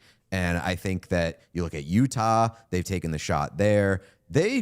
They are very willing to go into a place and kind of plant their flag. And given where Austin is right now in terms of like growth and in terms of how many people are flocking to Austin, including like a lot of celebrities and just sort of like a media hotbed, I think that like the NHL would find that really attractive. The only other thing, too, Pete, and I think this is interesting, too, you talk about one team coming in, people say, well, they won't add one. Yeah, they will. Like, we've had an unequal balance between East and Western conferences in the National Hockey League in the past, so they can clearly do it again. I do think, though, if expansion happens, and I think it's going to be Houston or Austin, and I do think it's going to happen quickly, and I do think they're going to announce it quickly, I firmly believe, and maybe I'm just an optimist, I do think a second team is going to be added either right at the same time or nearly after that first team. I really do. And I do, Sean DePaz, I believe it's Arizona. I really do. And I'm going to tell you this, Pete. I know we're talking Austin, Texas, and I know we're talking about the Friedkin group. Arizona, to me, because if you go to Paradise Valley, if you go to Scottsdale, one of the things about making this happen is you need billionaires. Arizona has that. Money is not the issue. I really believe that. I think this is more of a political issue on where you can put the arena without the fight from the Phoenix Suns. I think the biggest barrier for a team coming back to Arizona right now is the Phoenix Suns. And I think if they can work out a way to coexist with the Phoenix Suns, I think you could see an announcement when you see Houston. I do think you can see Arizona at the same time because I'm not a reporter. I'm not Craig Morgan. I don't have sources. I just talk to people. So they're not official. We got that clear, Pete? Not official. But the money's there. The ownership is not the issue. It has been and continues to be about the arena. And if they can clear that hurdle, it's one phone call. It's buying one piece of land. This could change in Arizona. It's Wednesday today. This could change by the weekend. It's literally that close. And I firmly believe a team could be playing here in Arizona by 2030. So we'll see. Shane Doan GM is going to hit like crazy first off. Why is he not working in the league? Why is Shane Doan left Toronto? I know there was some I can John explain Chaika. to you why he left Toronto. Yeah. So the John Chaika, I get that. The Chaika stuff, I believe that too. But where is he now? He's interviewed at other jobs. We've talked about him being a GM at other places. Didn't happen. Where's Shane Doan right now? Mrs. Doan is kind of the face of Return to Arizona group, is she not? So she is. She's officially the chairman of the organization to bring it back. But now that Shane is no longer affiliated with an NHL team, it's Shane. Yeah, well, yeah, of course, yeah. But I'm saying, like, the Doans have been, even when Shane was working, the Doans were trying to bring a team back to He'll Arizona. Bridge the gap between the political, the business community, and the money. And most importantly, he's a guy that's worked for the NHL and is very close with Gary Bettman. Like, he was his right-hand man for a few years when he worked for the league. Don't count Arizona out. And I know I'm beating the drum of my local team, but don't count them out. Because the fan base is here. Players, do players want to play in Arizona? Austin Matthews is here today. It's 115. Austin Matthews, Clayton Keller, when they had the lockout, who came here? Crosby, McDavid. They all came and played here to practice. So yes, players would love to come back to Old Town Scottsdale and run around with a couple of $1 million in their pocket after a Saturday night game. I got an idea. Sean, you've been talking about Kansas City a little bit. I know you hope they don't get a team, but Travis Kelce's got a lot of money, and his wife famously has a lot of money. That would be more money. Absolutely crazy. Wow. Like 2 years into retirement, Travis Kelce is at the center of a Kansas City NHL expansion group. Like, he likes hockey. Can't even begin to tell you how much I would fucking hate that franchise. Like they might leave the Bruins like off rip. They're instantly added to the list of jerseys I would ever put on my fucking body. I'll tell you that right now. Wow. Like get them the fuck out of my face. That being said, I love hating. That's my favorite part of sports. So as much as I will continue to say I have no interest in that happening, if it does happen, it'll give me a distraction. It'll give me something. I'm putting that out in the universe. Pete. I absolutely love that. Can you imagine the Swifties on the? My goodness, the amount of jerseys you would sell for that organization. Kansas City versus San Jose, greatest rivalry in sports. I was gonna say the Swifties going up against the Wilmax stands. Oh, greatest rivalry in sports. That would be unreal. I would love it so much. Oh, by the way, Petey, they put anything on that garbage dump yet? Yeah, they did not. We should do another report from there, Sean. Maybe we should go to a live remote from the garbage dump that was supposed to be the new arena because the city was everybody that voted against it. Way to go, Tempe, NIMBYs. Petey, was that like my first exposure to you? Didn't you do? Probably. Did you do a live report from the garbage dump? I did it in my toxic. In my hazmat suit. I went live to the dump because they blew that. And yes, it is still a dump, and it could have been hotels and businesses bringing tax dollars to the city of Tempe, and it's still at no cost to the taxpayers of Tempe. At no cost to the tax. Fucking outrageous, dude. Way to go. Nice job. Anytime you can voters. keep a garbage dump in a landfill, you gotta take it. Right on the lake. Sean, we got any PLL updates? We do. Off the grid a little bit. I wanted to check in on the PLL and what's going on over there. Well, first off, last week you missed it. You missed the fact that they announced basically 4 nations for lacrosse. So I saw the very clip. excited. Yeah, very excited for that. But it was a pretty solid week in the PLL. They set a PLL record. The DJ's California Redwoods set a record for most points in the game, 21. Pretty crazy. We also had a goalie fight. And I was going to say, well, kind of a goalie fight. I love that every sport has like a protected class, basically. Like goalies in baseball or in now lacrosse, and obviously like soccer and in hockey, quarterbacks in baseball or in football, catchers to a certain extent in like I've not as much since the Buster Posey and the rules that changed, but like I love it. Goalies are the same thing. Somebody entered the goalie's crease and it did not go well. We have video of it.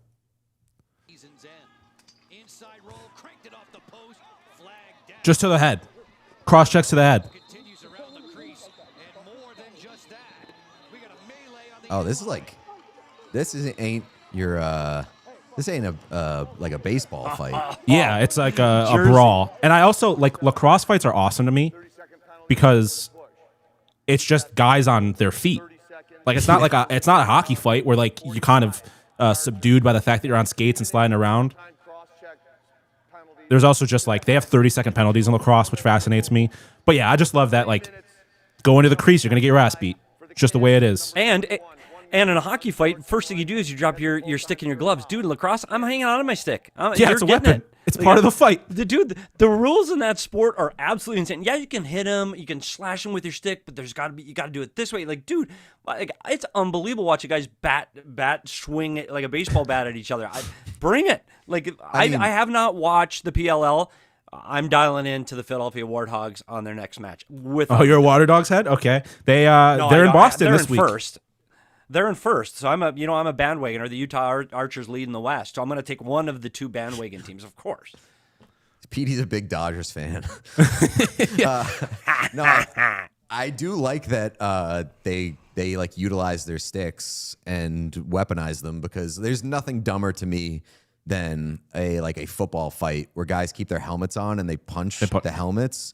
Like, I also love football is the only sport where their fights are less violent than the play, and that's ridiculous. So I'm glad that lacrosse, at least like a sport with helmets, utilizes weapons in their fights. I also love that, like, the guy getting cross-checked to the head, like, if that happens in hockey, that guy's getting suspended for, like, 5 games. In lacrosse, it's like, go sit in the box for 30 fucking seconds, guy. 30 and then you can come back in. Fire. No other ramifications. Like, they don't give a shit at all. I think shows how prevalent scoring is in lacrosse, where they're like, we can't go like more than a minute. It'll just ruin the game. 30-second penalty. Let's go. Yeah.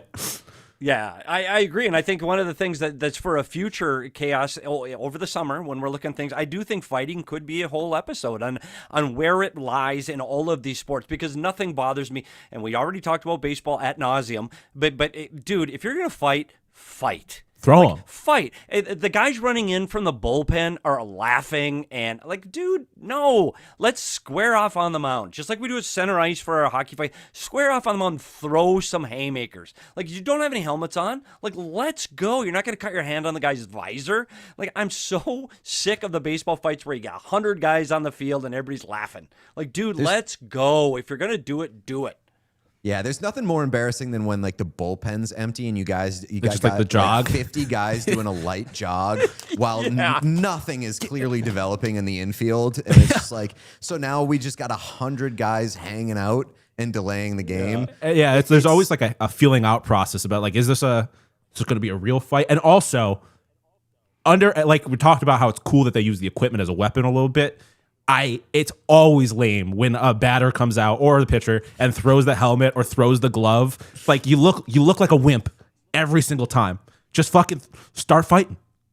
Dude, nothing worse than the Bryce Harper throwing, what was it, his helmet? Yes. When he threw his helmet, and it just, the worst throw you've ever seen. It went completely down into the right and like almost tripped himself on his own helmet as he tried to throw it at the pitcher. It's a tough look. Yeah. That's tough. But and I want to see the Pedro Martinez throwing down Don Zimmer. Like, dude, I can't wait for somebody to take Babcock by the tie and throw him down at center ice. I'm ready for it. Let's go.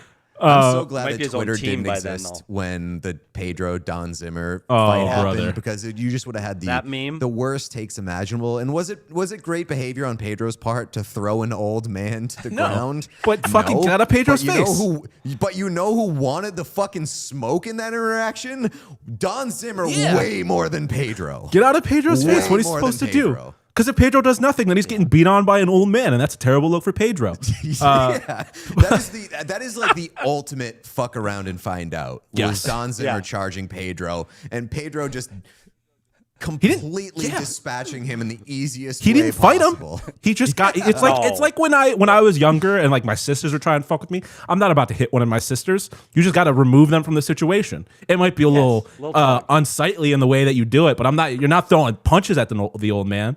What else are you supposed to do? It was a classic bullfighting situation where like one guy had the thing, and it's probably not good behavior to pick a fight with a bull, but when you got somebody charging at you, just like slightly step out of the way and watch let them trip themselves. Exactly. So justice for Pedro, R.I.P. Don Zimmer, but you fucked around and found out. Yeah, but PLL is in Boston this week, and it's throwback week. They're doing a whole throwing it back to kind of their the MLL days, the league that preceded the PLL. And I know we talked a little bit about the New York Lizards, the Wall Lizards.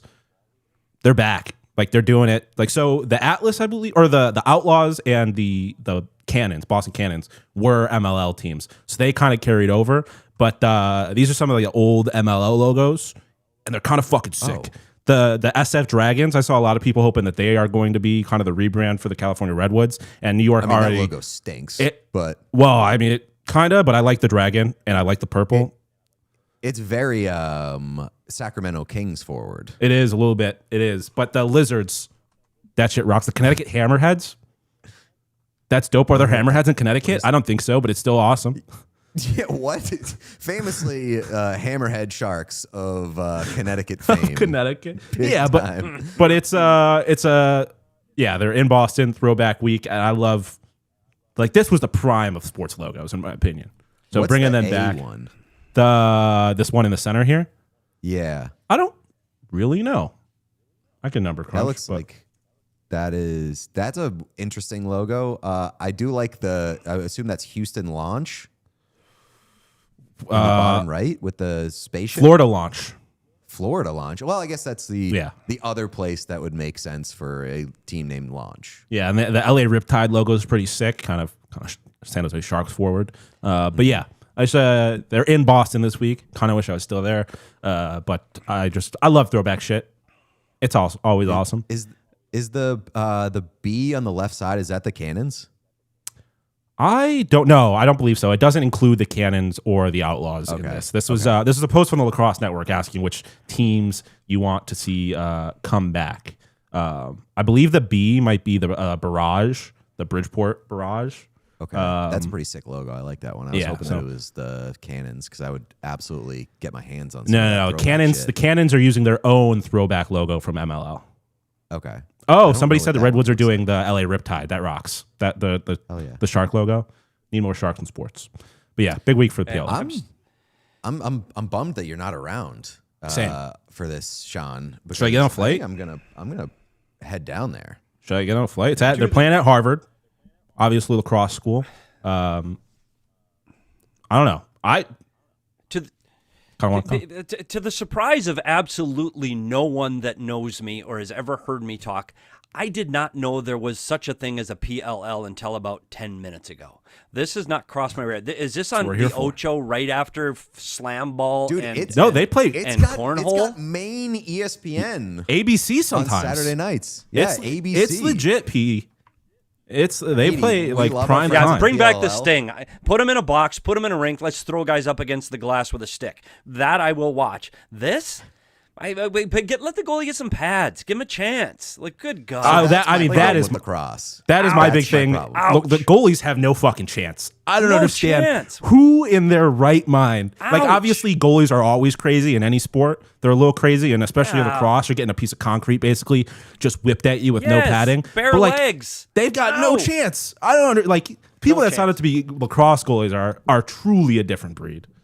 So when you say throwback jerseys, when was the throwback to? Like, for me, finding out a league just exists literally today, what are we throwing back to? And prior, it's so popular that you two couldn't name 5 of the goddamn logos on the sheet. Well, so the MLL, what are we throwing back to? MLL doesn't exist anymore. MLL was a league that struggled a little bit as a professional lacrosse league. How long ago? Like a year ago, 10 years ago? The MLL ended so it started in 2001. And then it folded in 2020. It kind of merged with PLL. Oh my God, 20 years? Yeah. It was on for 20 years? Yeah, but it never really took off, and that's why the PLL introduced, because the PLL came around. They had better salaries, better health care.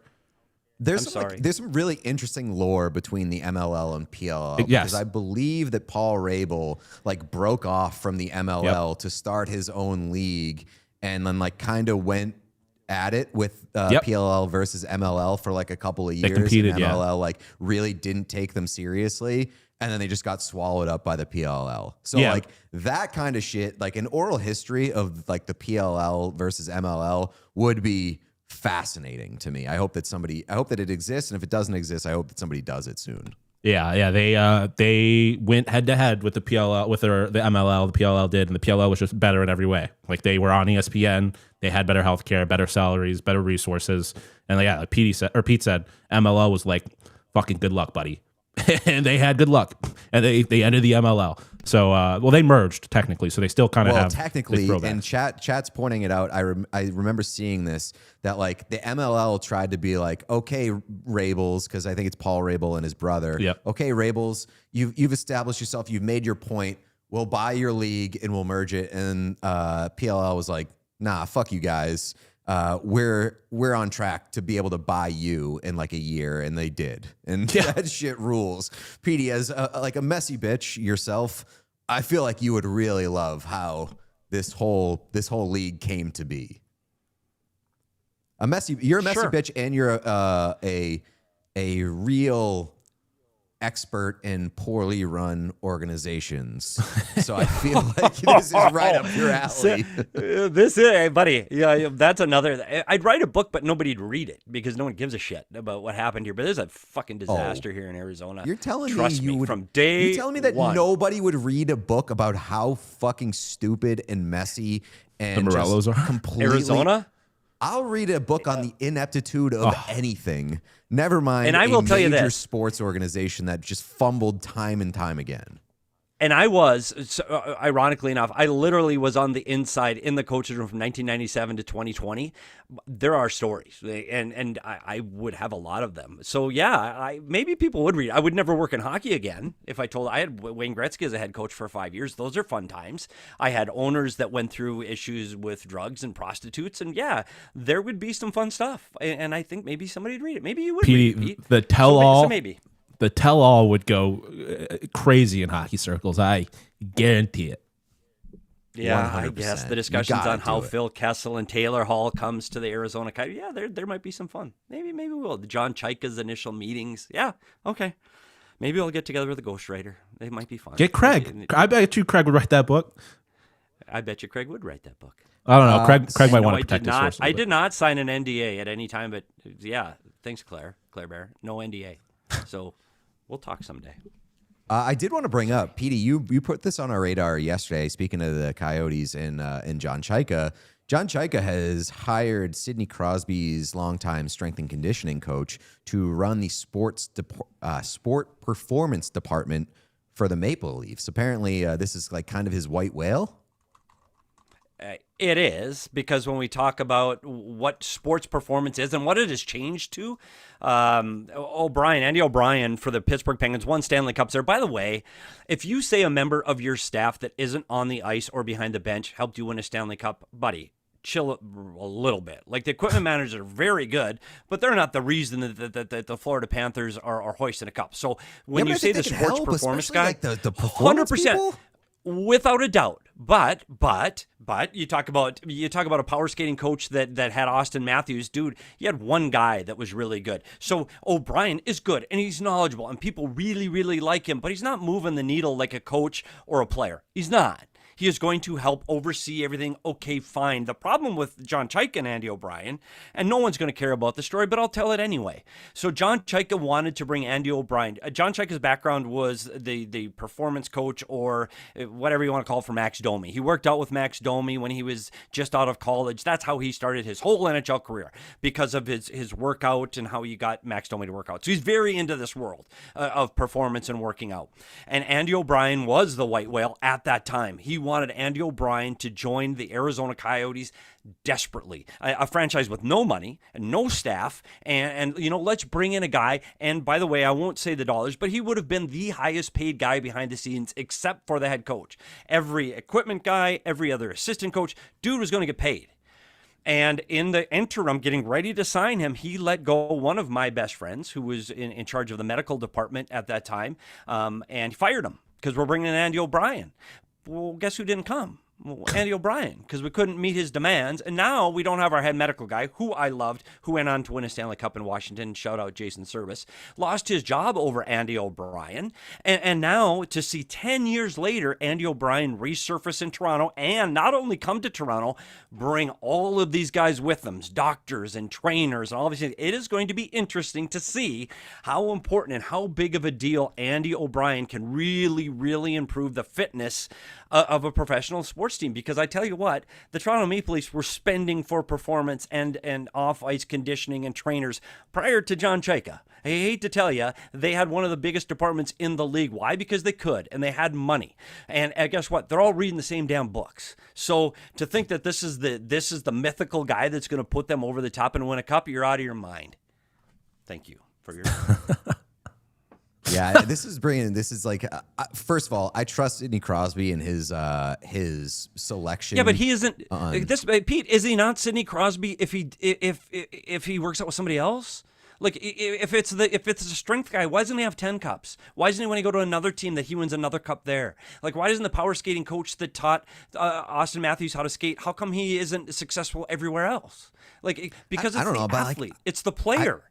Yeah, like, to a certain extent, of course, but like, I've seen Sidney Crosby like in street clothes, and that dude is built like a fucking like mega fridge, and he's obviously been productive for a long period of time over the course of an NHL season or NHL career. So like his strength and conditioning coach and performance coach is doing something right. Like I just don't know. Or does his commitment to the sport does his commitment to the sport and his ability to put in the time and effort and focus solely on hockey make the performance coach better? Because I think they're all selling the same formula. They're all selling the same mystery drug. They all do the same thing. It's the athlete that makes those people. There is nobody that prepares. I'm telling you, Sidney Crosby is different, and he is different in how he prepares on and off the ice. His focus on NHL it's elite.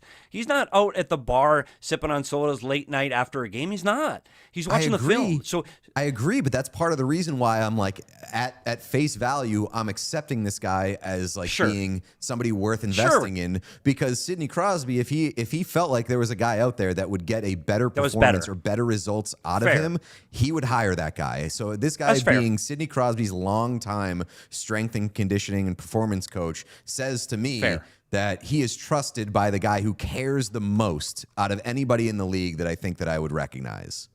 Fair. That's fair. I will give you that. There's part and parcel, hand in glove. All of those things are probably true. So I want to go hire Connor McDavid's guy. Can I hire him? I don't know who he is because we don't talk about him, but let's go hire him. I'll tell you what, Sidney Crosby and Connor McDavid don't look the same in street clothes. Yeah, that's fair. I've famously body mogged Connor McDavid in a photo at one time, and it didn't look good for him. That's fair. You are partially right. I do think that what makes me so bitter, as all of these things do, it's personal. Like I have a problem with the John Chayka's management in Arizona. I have a problem that one of my really good friends that I thought was really good at his job was forced out and had his family have to move because he was forced out by Andy O'Brien that never actually materialized. So I have personal bias. There is absolutely no question about it, and maybe I get an opportunity to get a little chip off my shoulder today. So thanks for the forum. What chaos. Here's the Sean DePauw's contribution to this conversation. Pittsburgh Penguins better not suck to start that season. I don't want to hear Leafs fans talk about it because they will. I don't think they will. But he's not there though. But Sean, he's not there anymore. Like he's not in Pittsburgh anymore. This is far removed. He's been out of Pittsburgh for a while. Well, I don't think that's going to stop Leafs fans. No. But he's a personal. He is Sidney's personal trainer. You don't think that's going to continue? Like I think he will still be Sidney's off-season trainer unless there's something written in his contract where he's not allowed to do that. But I believe he will. Just like John Chayka is owner of a statistics company that helps every other team in the league, I think there's a concern there. But no one else seems to care that a company owned by the general manager of one team is providing data and information to help other teams succeed. Dude, what's that? So this is the same thing. I still think Sidney Crosby is going to train with him in the offseason. That's just my opinion. He might be training with them in the regular season when they trade him to Toronto at the deadline. There you go. If Leafs fans along have with McDavid. Now thinking McDavid and Crosby. Where's the cap? Oh, never mind. That's a different cap. We already did that. Well, Crosby's only making 8.7, famously. Chat's asking for the pick of me body mogging Connor McDavid. I got a show to run here today. Maybe if DJ was hosting, I would be able to find it for you. But I'm sure one of the sleuths, I'm sure YG can dig it up or something. It's just like me interviewing Connor McDavid, and my arms look great. Breaking news. Stephon Diggs is set to sign with the Washington Commanders. Okay. Former Minnesota Viking and Buffalo Bills. I thought he was going to come home to Buffalo. He was going to sign with like the Paul Cruz team in the longest yard because that's still on the table. I think. I think that's still on the table. I think it's still on the table.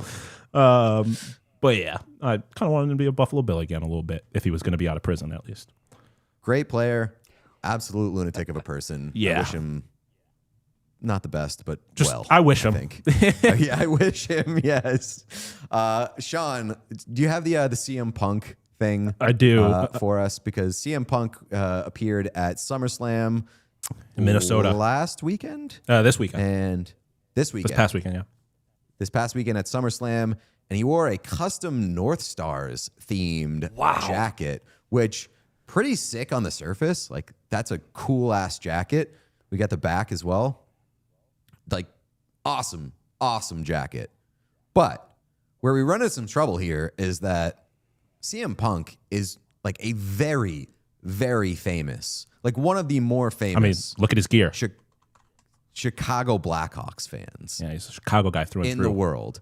When we went to Chicago, I believe 2 years ago, he was like the guy on the intro video on the subway before the Blackhawks games. Like the hype video, it was CM Punk like delivering an incredible monologue, which is something that he does so well, like super strong on the mic.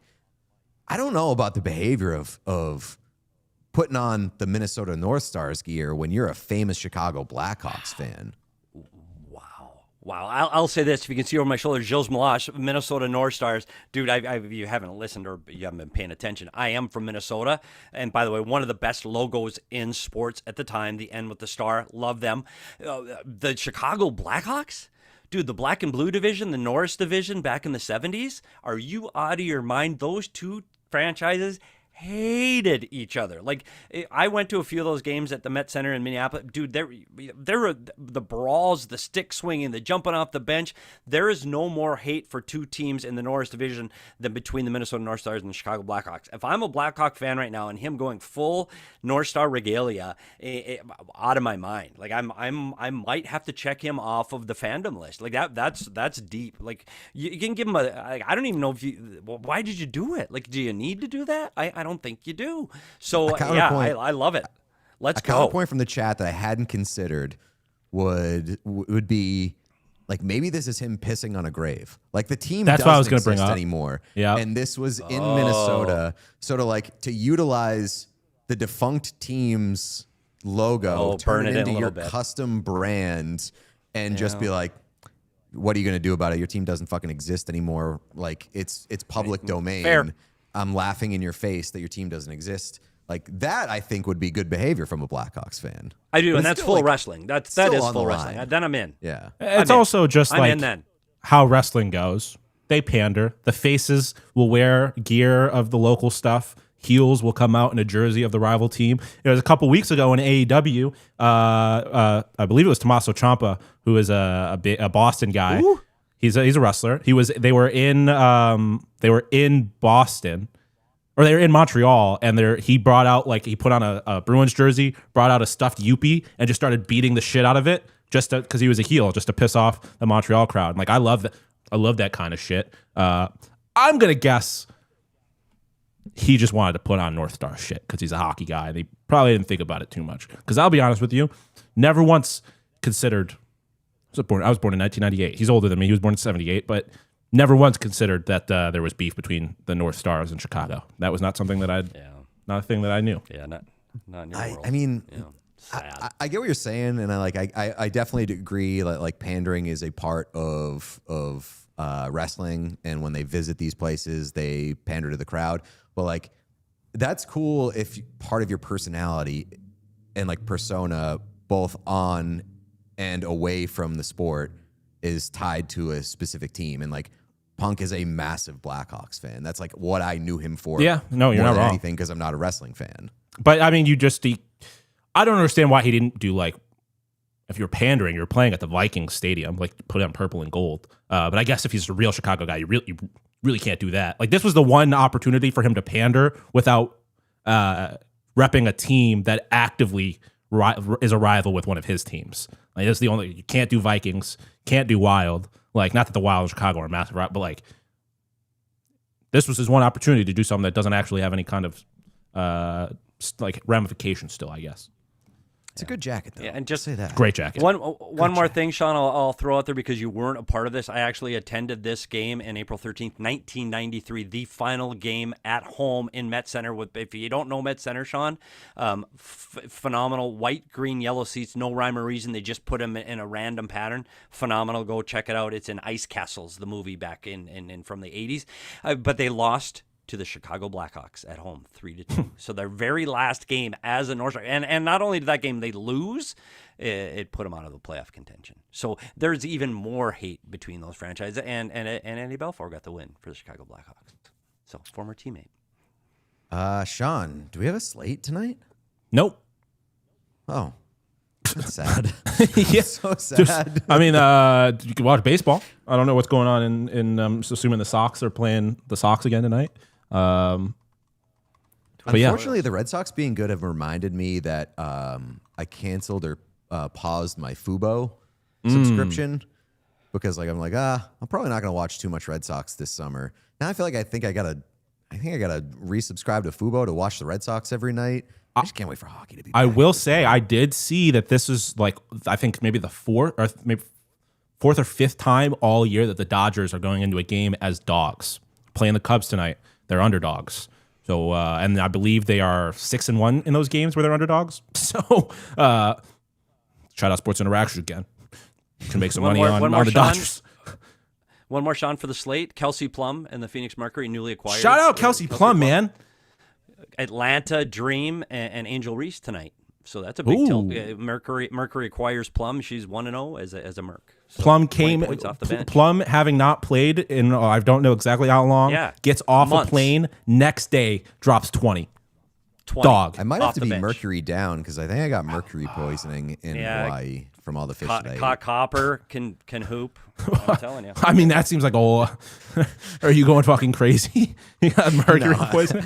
I just ate so much fish in Hawaii. So, as one does.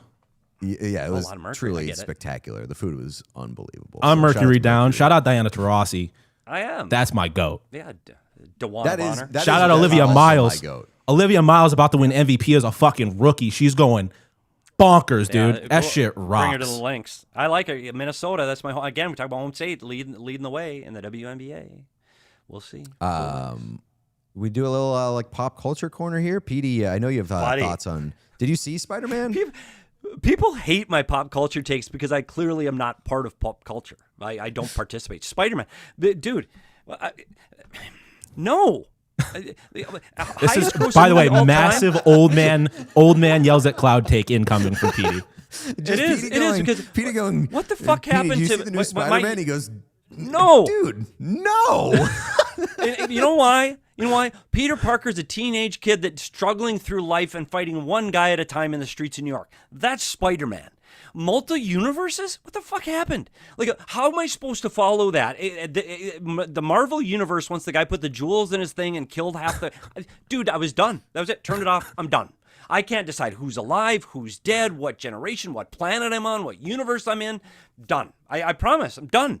Give me him fighting in the streets with one guy. Maybe two. In a movie like the early Peter Parker finding his way, Tobey awkward Maguire. Teenage geeky kid, Tobey Maguire. Here's my special, dude. I don't know how to handle life, not alone how to fight against. That's a superhero to me. What they do now, I literally need a roster or an org chart to figure out what the fuck is happening in these movies because I don't know what planet I'm on, who did what, who's alive, who's dead. Don't kill superheroes, keep them alive. What are we doing? I'm done. I'm absolutely done with the highest grossing superhero movie of all time, and I'm done. Petey, I think that you thought you were going to be on an island here, but I'll tell you what, I'm a lot closer to being where you are than you'd expect. I've got tickets to see the new Spider-Man movie tomorrow. I'm always going to be interested in Spider-Man, Batman, the big superhero movies. But where Marvel started to lose me was when they started making it required viewing in a lot of cases. Yep. To see all of their fucking movies in order to see any of their fucking movies. And that to me is some bullshit. I should be able to tap in and out as much as I want to. And I think that was the case in the earlier Marvel movies. Now they're so interconnected that I feel like I need a crash course and I need a whiteboard with pins and yarn connecting all these different things. And now you can't get any superhero movies that doesn't have crossover with some other superhero jumping it. Go back to basics. I want a Spider-Man movie. Tobey Maguire having to his best friend's dad is trying to kill him. Green Goblin. Doc Great Ock movie. got And beyond that, Sean, they're not trying to destroy the world. Why does every goddamn movie have to destroy the universe? Like they're going to swallow the planet. Dude, let's fight on the streets for a bad guy that wants to get the money. Look at the Joker. Like I still put that the Dark Knight, if you don't put the Dark Knight as one of the premier top goated superhero movies, I think you're just wrong. But that's just a guy, like it's one guy. He's not trying to eat the planet. Like, come on. We're not eating planets. We're not destroying the universe with a flick of a button. Dude's trying to get power and money because he's loopy crazy. Even the last Batman with, what's his name, Pattinson, who I don't like, by the way, that movie, incredible. Incredibly dark, and it was personal. It was more of a story of, hey, look at my CGI. It's more of this guy with this inner turmoil fighting one crazy lunatic. And it's not that it's real world and it really could happen, but it's like, yeah, it's one guy with a dark history fighting another guy with a dark history. I'm in. I'm buying in. I'm watching it all day long. The universe blows up. Come on. Move on. Spider-Man, teenager, lost. That's what I want to see. First off, I just want to say I was lost with the MCU when they announced Robert Downey Jr. as a separate second character in the MCU. I don't understand how that fucking works, especially when it's Robert Downey Jr. And I would argue that like his Iron Man is the most foundational superhero of this modern MCU. Agreed. So you just said you don't like Robert Pattinson? Wait, there was no reaction from Pete when Petey said he doesn't like Robert Pattinson? I spaced out. You don't like Robert Pattinson? I'm not in love with him. I think he's my favorite actor, Petey. But I'll go this far. Uncommonly, Pete, I think there are a lot of people in that entertainment world that I'll go, gosh, I don't really like that guy, but I like almost every single movie he's in. Is that a fair statement? And I don't know why I don't like him. Maybe because he's more handsome than I am. Maybe it's just an interpersonal problem that I have, just like I had with John Chaika. Maybe that's what I have with Robert Pattinson. Maybe it's my problem and not his. Because he is outstanding. That's me with Michael B. Jordan. I think I like all of his movies. I think he's a dog shit actor, and I don't think he's good. Yeah, fair. His movies are great. I don't think that case holds up at all with. No, he's a great Robert actor. Pattinson. He's a great actor. Yeah, I mean, I think Robert Pattinson fucking rocks.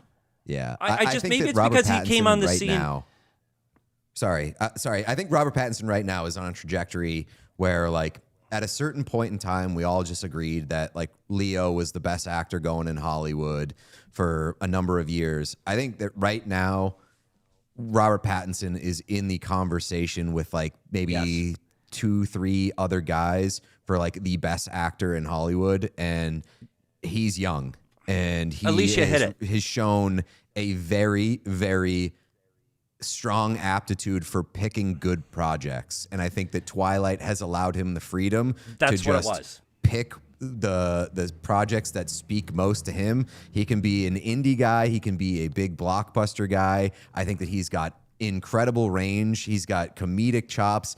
I think that Robert Pattinson, like him and Gosling, have the entire world as their oyster for like taking on literally any project that they want. I will not take any Robert Pattinson slander. I think somebody get these beggars out of here. Generational. But wait. I gotta backstep just a little bit. I think his acting performances are phenomenal. His acting in Batman was. It's second only to the Joker in The Dark Knight.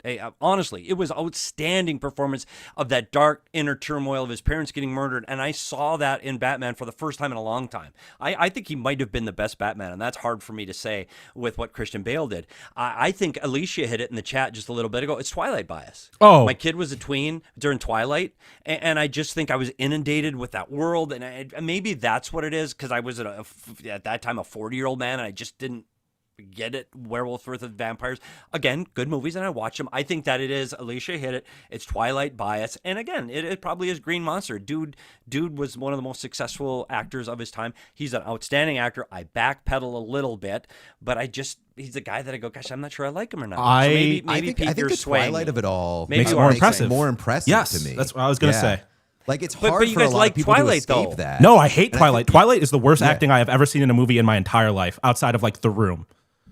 I've never seen a Twilight movie, but I think that him being in Twilight and sort of the uphill climb that might exist as a result of being in Twilight in terms of public perception, like the one that you hold, Petey, I think makes what Robert Pattinson has done even more impressive. Fair. And that's fair. I think that Pattinson just like kind of has it as far as movie star goes. And like, I don't know a lot about Robert Pattinson outside of his work, which I also kind of hold as a positive and a credit to him as an actor, because it allows him to just be whatever character he's playing instead of me just constantly seeing him as Robert Pattinson. Like when I talk about Tom Cruise and how like he has managed to like retain this movie star aura and this movie star mysteriousness that attaches itself to him, I feel like Pattinson kind of has that too. And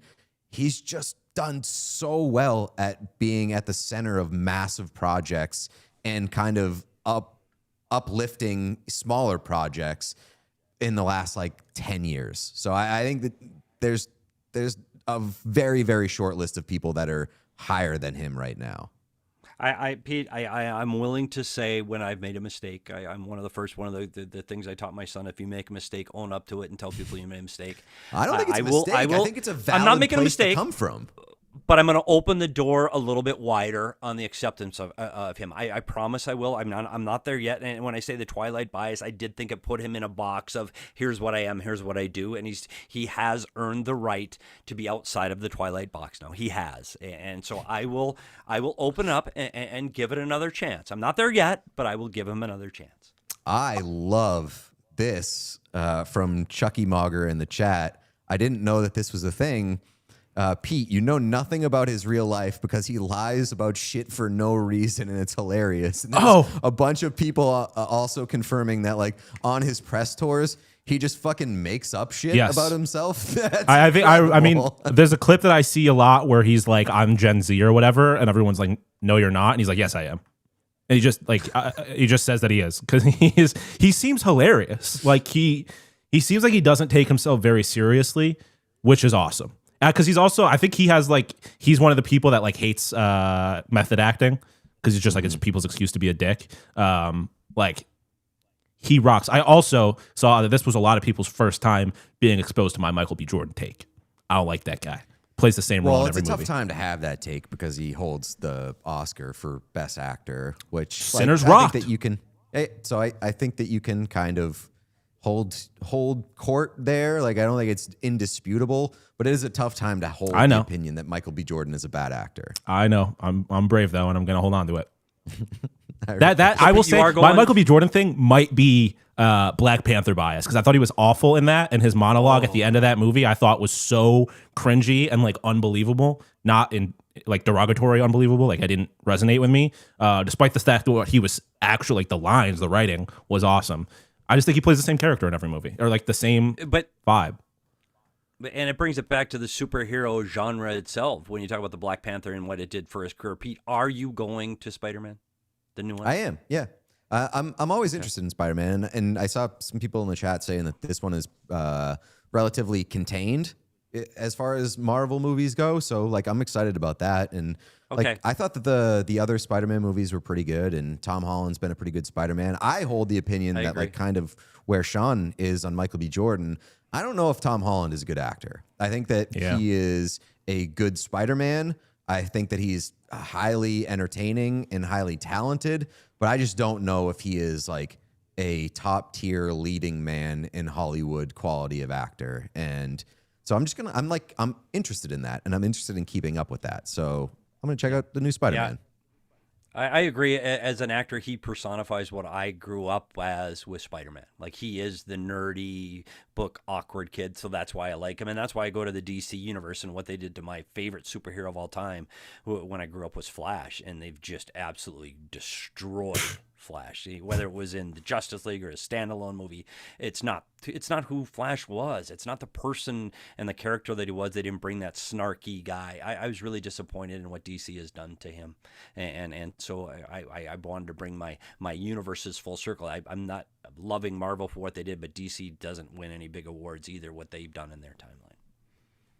I'm currently watching Beef season 2 on Netflix, and I'll tell you what, I cannot wait to get back home and continue watching that, because it has been really good. For any connections to season 1, Pete? Do I need to watch season 1 to get season 2? You do not. It's a completely different story. Standalone. Then I'm in. Yeah. I'm in. Season 1 was also I think good. that. Okay, I'm in. I need something new, and I will start that literally tonight. Over the weekend, I sat down and binged all of Gary and the new season of The Bear, and I fucking love that shit. I love that shit. Really? Yeah, I love that shit. I love that show so much. Gary, fucking. Did you watch Gary? Like I thought Gary was pretty good. Thought that was incredible. I think John Bernthal is like one of the greatest actors of all time. That guy fucking I mean, that's rocks. crazy. I love John Bernthal, but like you saying that Michael B. Jordan doesn't really have range, John Bernthal and does it then for me saying- way and more than saying Michael B. that- Jordan. I mean, What'd Michael you B. But the difference between Michael B. Jordan and like I think they're similar in the fact that like I think Michael B. Jordan just I'm never gonna get over you saying that Michael B. Jordan doesn't have range, and then saying that John Bernthal is one of your favorite actors. Here's ever. the difference. John Yeah, but Bernthal no, here's the plays difference. Same fucking guy in I think- everything that he's I in, agree. including the Odyssey. I agree, but it is, I think, A, way more believable when John Bernthal does it, and B, I think John Bernthal is cast better. He's not cast as a leading guy, and he's cast for roles that require John Bernthal's intensity. And so, like, the scene of him in the bathroom in Gary, just that almost brought me to tears. Like, I thought that shit was incredible. And yeah, that guy's just on a fucking heater. And it's just, like we got Mikey backstory in The Bear, which I thought was awesome. I thought it was very, very useful. to have that context, and I love John Bernthal. Same. I know it's not as I know you and DJ don't necessarily like share this take, but I loved this season of The Bear, and I thought the only complaint I had was that I wanted Claire Bear to come back, and she never did. Sorry if that's a spoiler. It is a little bit, but. So I tweeted in 2019 because I remember I had a specific John Bernthal take. In 2019, I tweeted, "Has any big name actor ever been in more movies for around 5 minutes than John Bernthal?" And I think that the tweet holds up pretty It well. It holds up amazingly. So many things for just like a couple scenes. Yeah, I mean, that's what he is, obviously, by virtue of his character in The Bear. He does it a lot. Like, he had one big scene in The Odyssey. He was temporary in Walking Dead. Like, yeah. But that's why I like him. Like, if he was a lead guy all the time, I'd probably get tired of him. Have you ever seen The Peanut Butter Falcon? No. That movie is incredible. Like, I was probably like my favorite movie. I think it was like 2019 or around that time.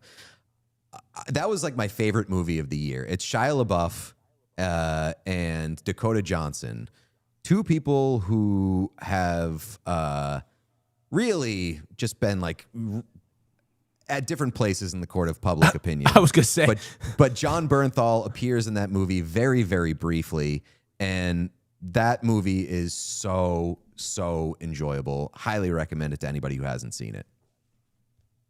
So there you go.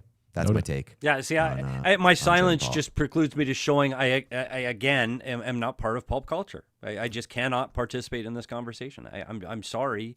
I just don't know. I don't watch any of these shows. I did watch Bear a little bit, but I know nothing. I know what John Bernthal is, but I've got to be better. I've got to be better. I sit on Acorn and BritBox all night. I'm watching the old British shows where they have a mystery. Somebody gets killed. Who done it?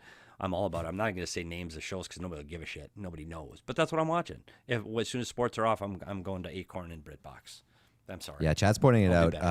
Shia LaBeouf could have been in the conversation of like generational actors. Dude, I literally had this conversation the other day. Derailed his career so bad, and he just obviously has had mountains and mountains of struggles away from the camera.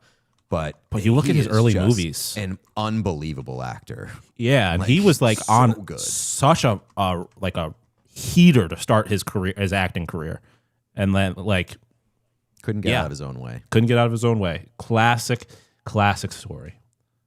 Yes, sir. Have you ever seen the YouTube video? The Shia LaBeouf, the actual Hollywood superstar Shia LaBeouf or whatever it's called. I'll have to show it to you afterwards if you haven't seen it. I don't think so. No. It was like my favorite YouTube video in the world when I was in high school. That's not the one that's like he's just in front of the green screen? No, he's not in it until the very end. It's like this like cinematic interpretive dance performance about Shia LaBeouf, and then it ends with Shia LaBeouf just having been in the crowd the entire time, like the only person in the crowd, with him giving like a very intense standing Is O. that the clapping one? Yes, Yeah, where he's yes. I have seen that. Yeah, I love that's a famous that meme. Shit. Yeah, Yes. yeah. Where then he turned into the world's biggest piece of shit. Actual cannibal Shia LaBeouf. Yes, because he's hunting somebody down in like the wilderness. It was way funnier before he seemed like before he was revealed to be an actual abuser. Not as cool anymore, but I love that video in high school. I have seen that. It is incredible. I can't believe that I wiped it from my memory. Yeah. All right. I think that ought to do it. Petey, remember when you said this might be a 30-minute episode? Yeah, it didn't make it to come out of your mouth. We did not make it to the 30-minute mark. That we yeah. Well, we did. I should know better. About 4 times. I should know better by now. Got 15 super chats. Yeah, I was going to say, I assume we have some super chats. We can hit those. Sean, can you do that? Yeah, gotcha. Okay. First from Nanyeo Sharks fan. Happy birthday to Will Smith's sister's friend's dog via the What Chaos Discord. The What Chaos Discord. The What Chaos Discord would say. Yeah, the What Chaos Discord also pointed us to the fact that we got a shout out on the Cespedes Family Barbecue trade deadline live stream because somebody asked that when are you going to start playing Bop It like the What Chaos guys. So we got a name drop on Cespedes Family Barbecue show. So shout out those guys. Another super chat from Nanyeo Sharks fan. I didn't catch the whole live stream last week. However, the interview was hilarious. Lots of Fujoshi coded questions. What is? Do I want to know what Fujoshi is? From Yayo, from somebody who we introduced us to the term Yayo, also introducing me to the term. But I also learned that word isn't in the Old or New Testament. That sounds all right. I don't know what's going on. From Steph, Ellen stays being our goated queen. I'm sure she'll appreciate that. Yeah. I'm Sean Taggart. I know you guys last couple of weeks talked about the other mommy movie trailer. Can I suggest, if interested, reading the book it's adapted from, Incidents Around the House? Good quick read if you're into horror and suspense. Reading horror sounds like an interesting experience. I don't think I've ever read like a horror book. Yeah, I've always wondered how words have managed to stir up those emotions in people, like as they're reading it. Interesting. Okay, people scream while they're reading literature. Yeah, right. Like, jump scare. Okay, this is clearly when we got to Dodgers talk because here are 3 straight super chats from Renee. First, the Kings are paying for the Dodgers hubris. It all comes back to the Kings for Renee. And then, fuck you, Renee. Hey, Pete and Sean. Mookie and his 3 rings say hi. All right. I mean, like, what am I supposed to say to that? Yeah, I like Mookie we Betts. fucked it up. I want him to have World Series rings. I love that guy. He rocks. You fucked up the likability of him having those rings. Yes. And then said, allow me to defend my Dodgers, you cowards. There you go. They were pretty indefensible. Well, again, the Dodgers are defensible. Just the system's not. Like, I don't have any. Like Renee, again, like, Dodgers fans can talk all the shit they want because you have all the best players and we hate you for it. And it's pure jealousy and it's pure annoyance. There's definitely a different world in which I would thoroughly enjoy the Dodgers. It's just not this one. Shout out the multiverse. From load-bearing wokeness, thank God college football is on the horizon to deliver us from these greedy capitalist professional sports leagues. Hashtag go Hokies. I was going to bring that up with the PLL talk. You see that lawsuit that went through in Colorado where all the class of 2022 or whatever, high school, like they're getting a 5th year of eligibility. So there's people, and part of that lawsuit was Joey Spallina of the Maryland Whipsnakes. So now technically he has eligibility to return to college, but has a professional contract in the PLL. Very fascinated in how that's all going to work out, but nothing means anything anymore in college sports. Generic Red Circle. So excited for when all the league's top players are bargaining their no movement clauses to move to Florida, Tampa, and Houston, in parentheses, derogatory. Going to be a real tough look for the Dallas Stars if the Houston whatever or Austin whatever instantly become a destination. Because if the taxes are the excuse, they're not an excuse anymore. I feel like Dallas is a destination, though. Like, I mean, like, didn't Larkin have Dallas on his list? That's what Eileen had said earlier. I didn't see that, but I I don't know. Yeah, like I don't think they're not a destination. It just doesn't seem like they're not getting mentioned like Vegas is. But I guess they haven't won yet, so that's probably why. Anna Reeves writes, PD book fun from one author to another. I put in the one author to another part. Writers supporting writers. Yes. Emma Haven, I started rereading Lonesome Dove. What book in the series should I read next? Love you guys and go Sharks.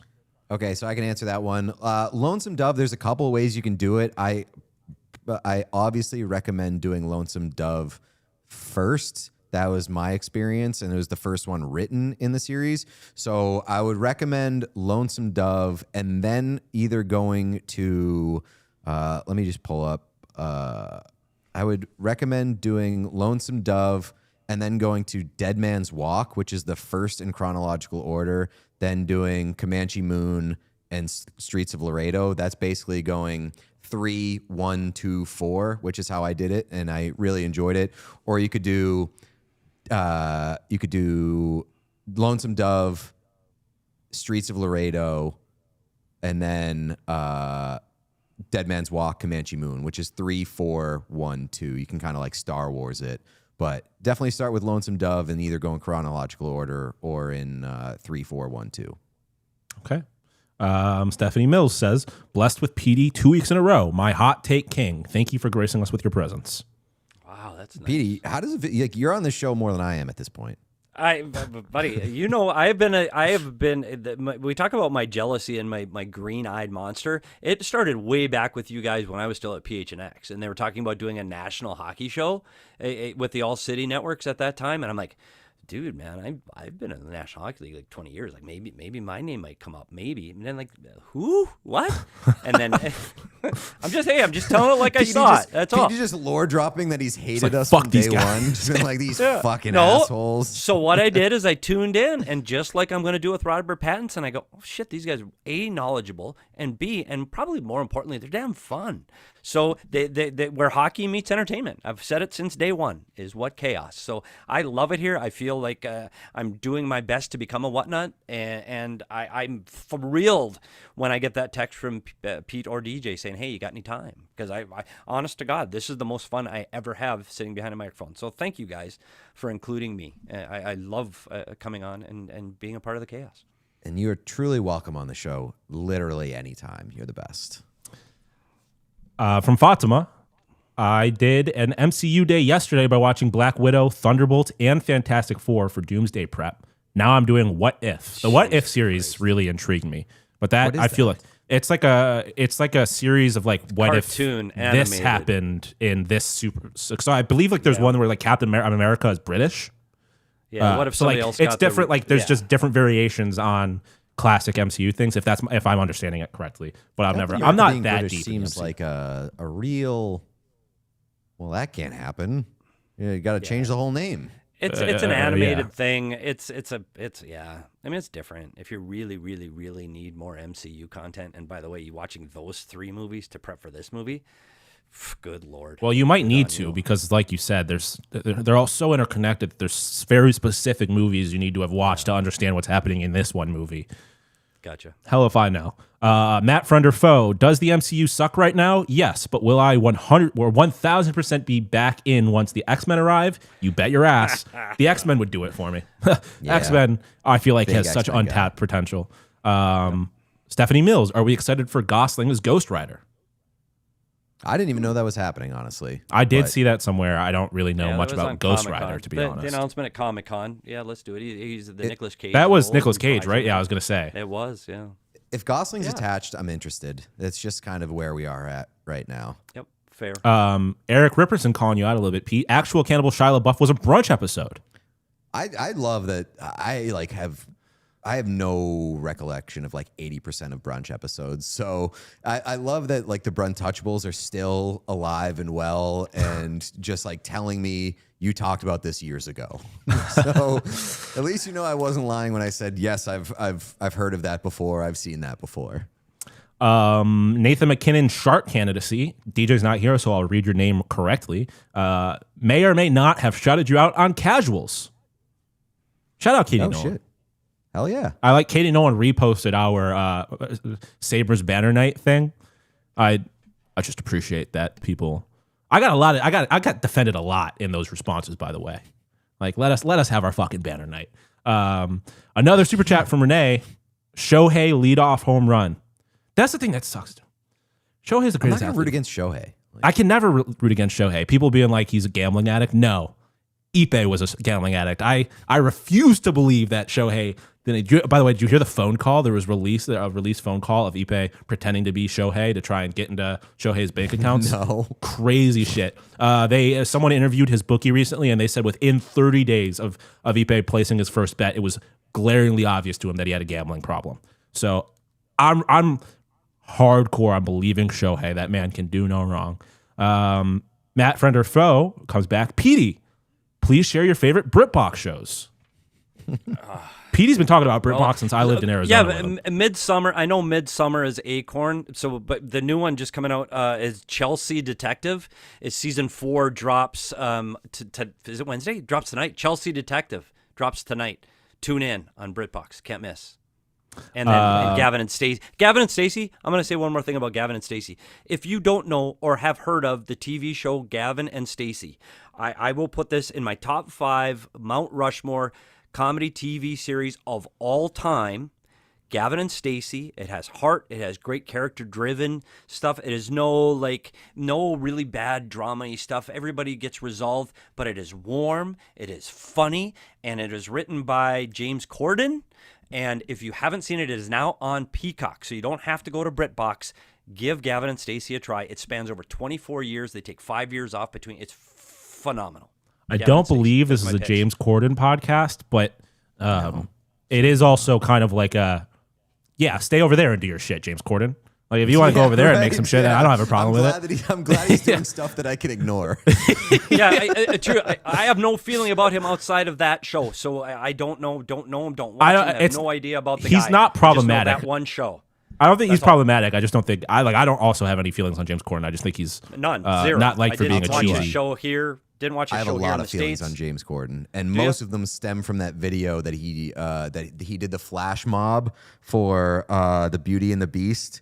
When that was about to come out, they did a fucking flash mob in the middle of an intersection in LA, and he was like shaking his fucking dick as the teapot in somebody's window as they were stuck in traffic. Like, I think I would have went to prison. I would have went to prison if that was me. Sorry, I don't know the man. I just know him from this one project. No, that is it. You're allowed to like him, Petey. It's not problematic that you like him. Separating the art from the artist. That's fine. Yeah, I appreciate that.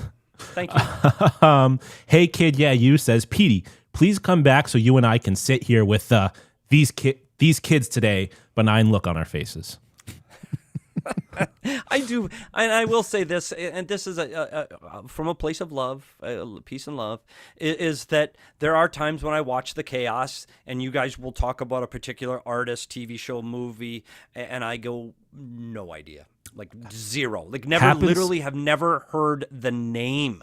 And that's when I feel like maybe it's time. Happens to me on a regular basis. Seriously? You know how many bands that like Pete and DJ's entire lives, specifically DJ, entire life revolves around that I had quite literally never heard of in my entire life prior to moving to Boston to work on this show. It does make me feel old. It makes me feel sad. And age is no joke, by the way. You guys will get there. Age is no joke, man. It already happens with me. Like, I didn't know what the fuck skibbity toilet meant.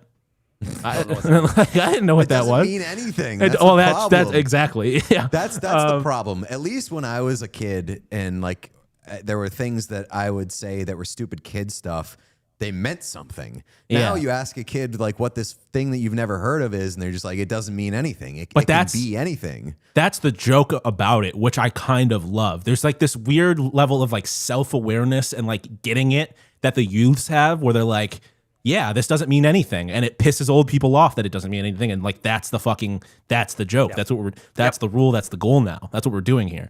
And that part, I kind of love it. The David Carlson says, blasting damn it on repeat for Petey. Happy birthday, Sean. Happy birthday, David. Dude, that we talk about music, but buddy, it's I've said this before on the show, Blink 182 all day long. Let's go. Yeah. Like, Damn It. And unfortunately, Travis Barker was not part of the very studio album of Damn It. He had not joined the band yet, but his live performance of Damn It is elite. Shout out 182. Emma Haven says, my problem with Larkin is that we're talking hockey again. My problem with Larkin is that it seems like he wants 1C money, but he's not able / wanting to pull a team himself, which he would have to do, in my opinion, if he wants to be a 1C in this league. Well, he's like technically not making 1C money anymore, but like if he fancies himself a 1C, we have way too much tape to find out that that's not the case. And I think like the biggest pushback that I saw in the conversation that we had regarding Larkin was me starting it off by calling him a superstar. And like honestly, hand up, he's not based off of talent, but I think just on the fact that he is the captain of the Detroit Red Wings, one of the biggest franchises in hockey, like that would be the superstar maker element of that point. For sure. Eileen, PCA home run. Weird happened over here. The true MVP. Maybe a little internet problem, but I think we are good. PCA home run, the true MVP. PCA is going crazy. I don't think Shohei's pitching right now. I haven't paid super close attention, so maybe he has a chance because PCA is kind of a dog. Nanyeo, Sharks fan, is back to say, Midsummer Murders opening song scared me as a child. Yeah. If that's another one of those 24 seasons, if you haven't seen it, they're phenomenal. Huge Midsummer guy. That is it for Super Chats.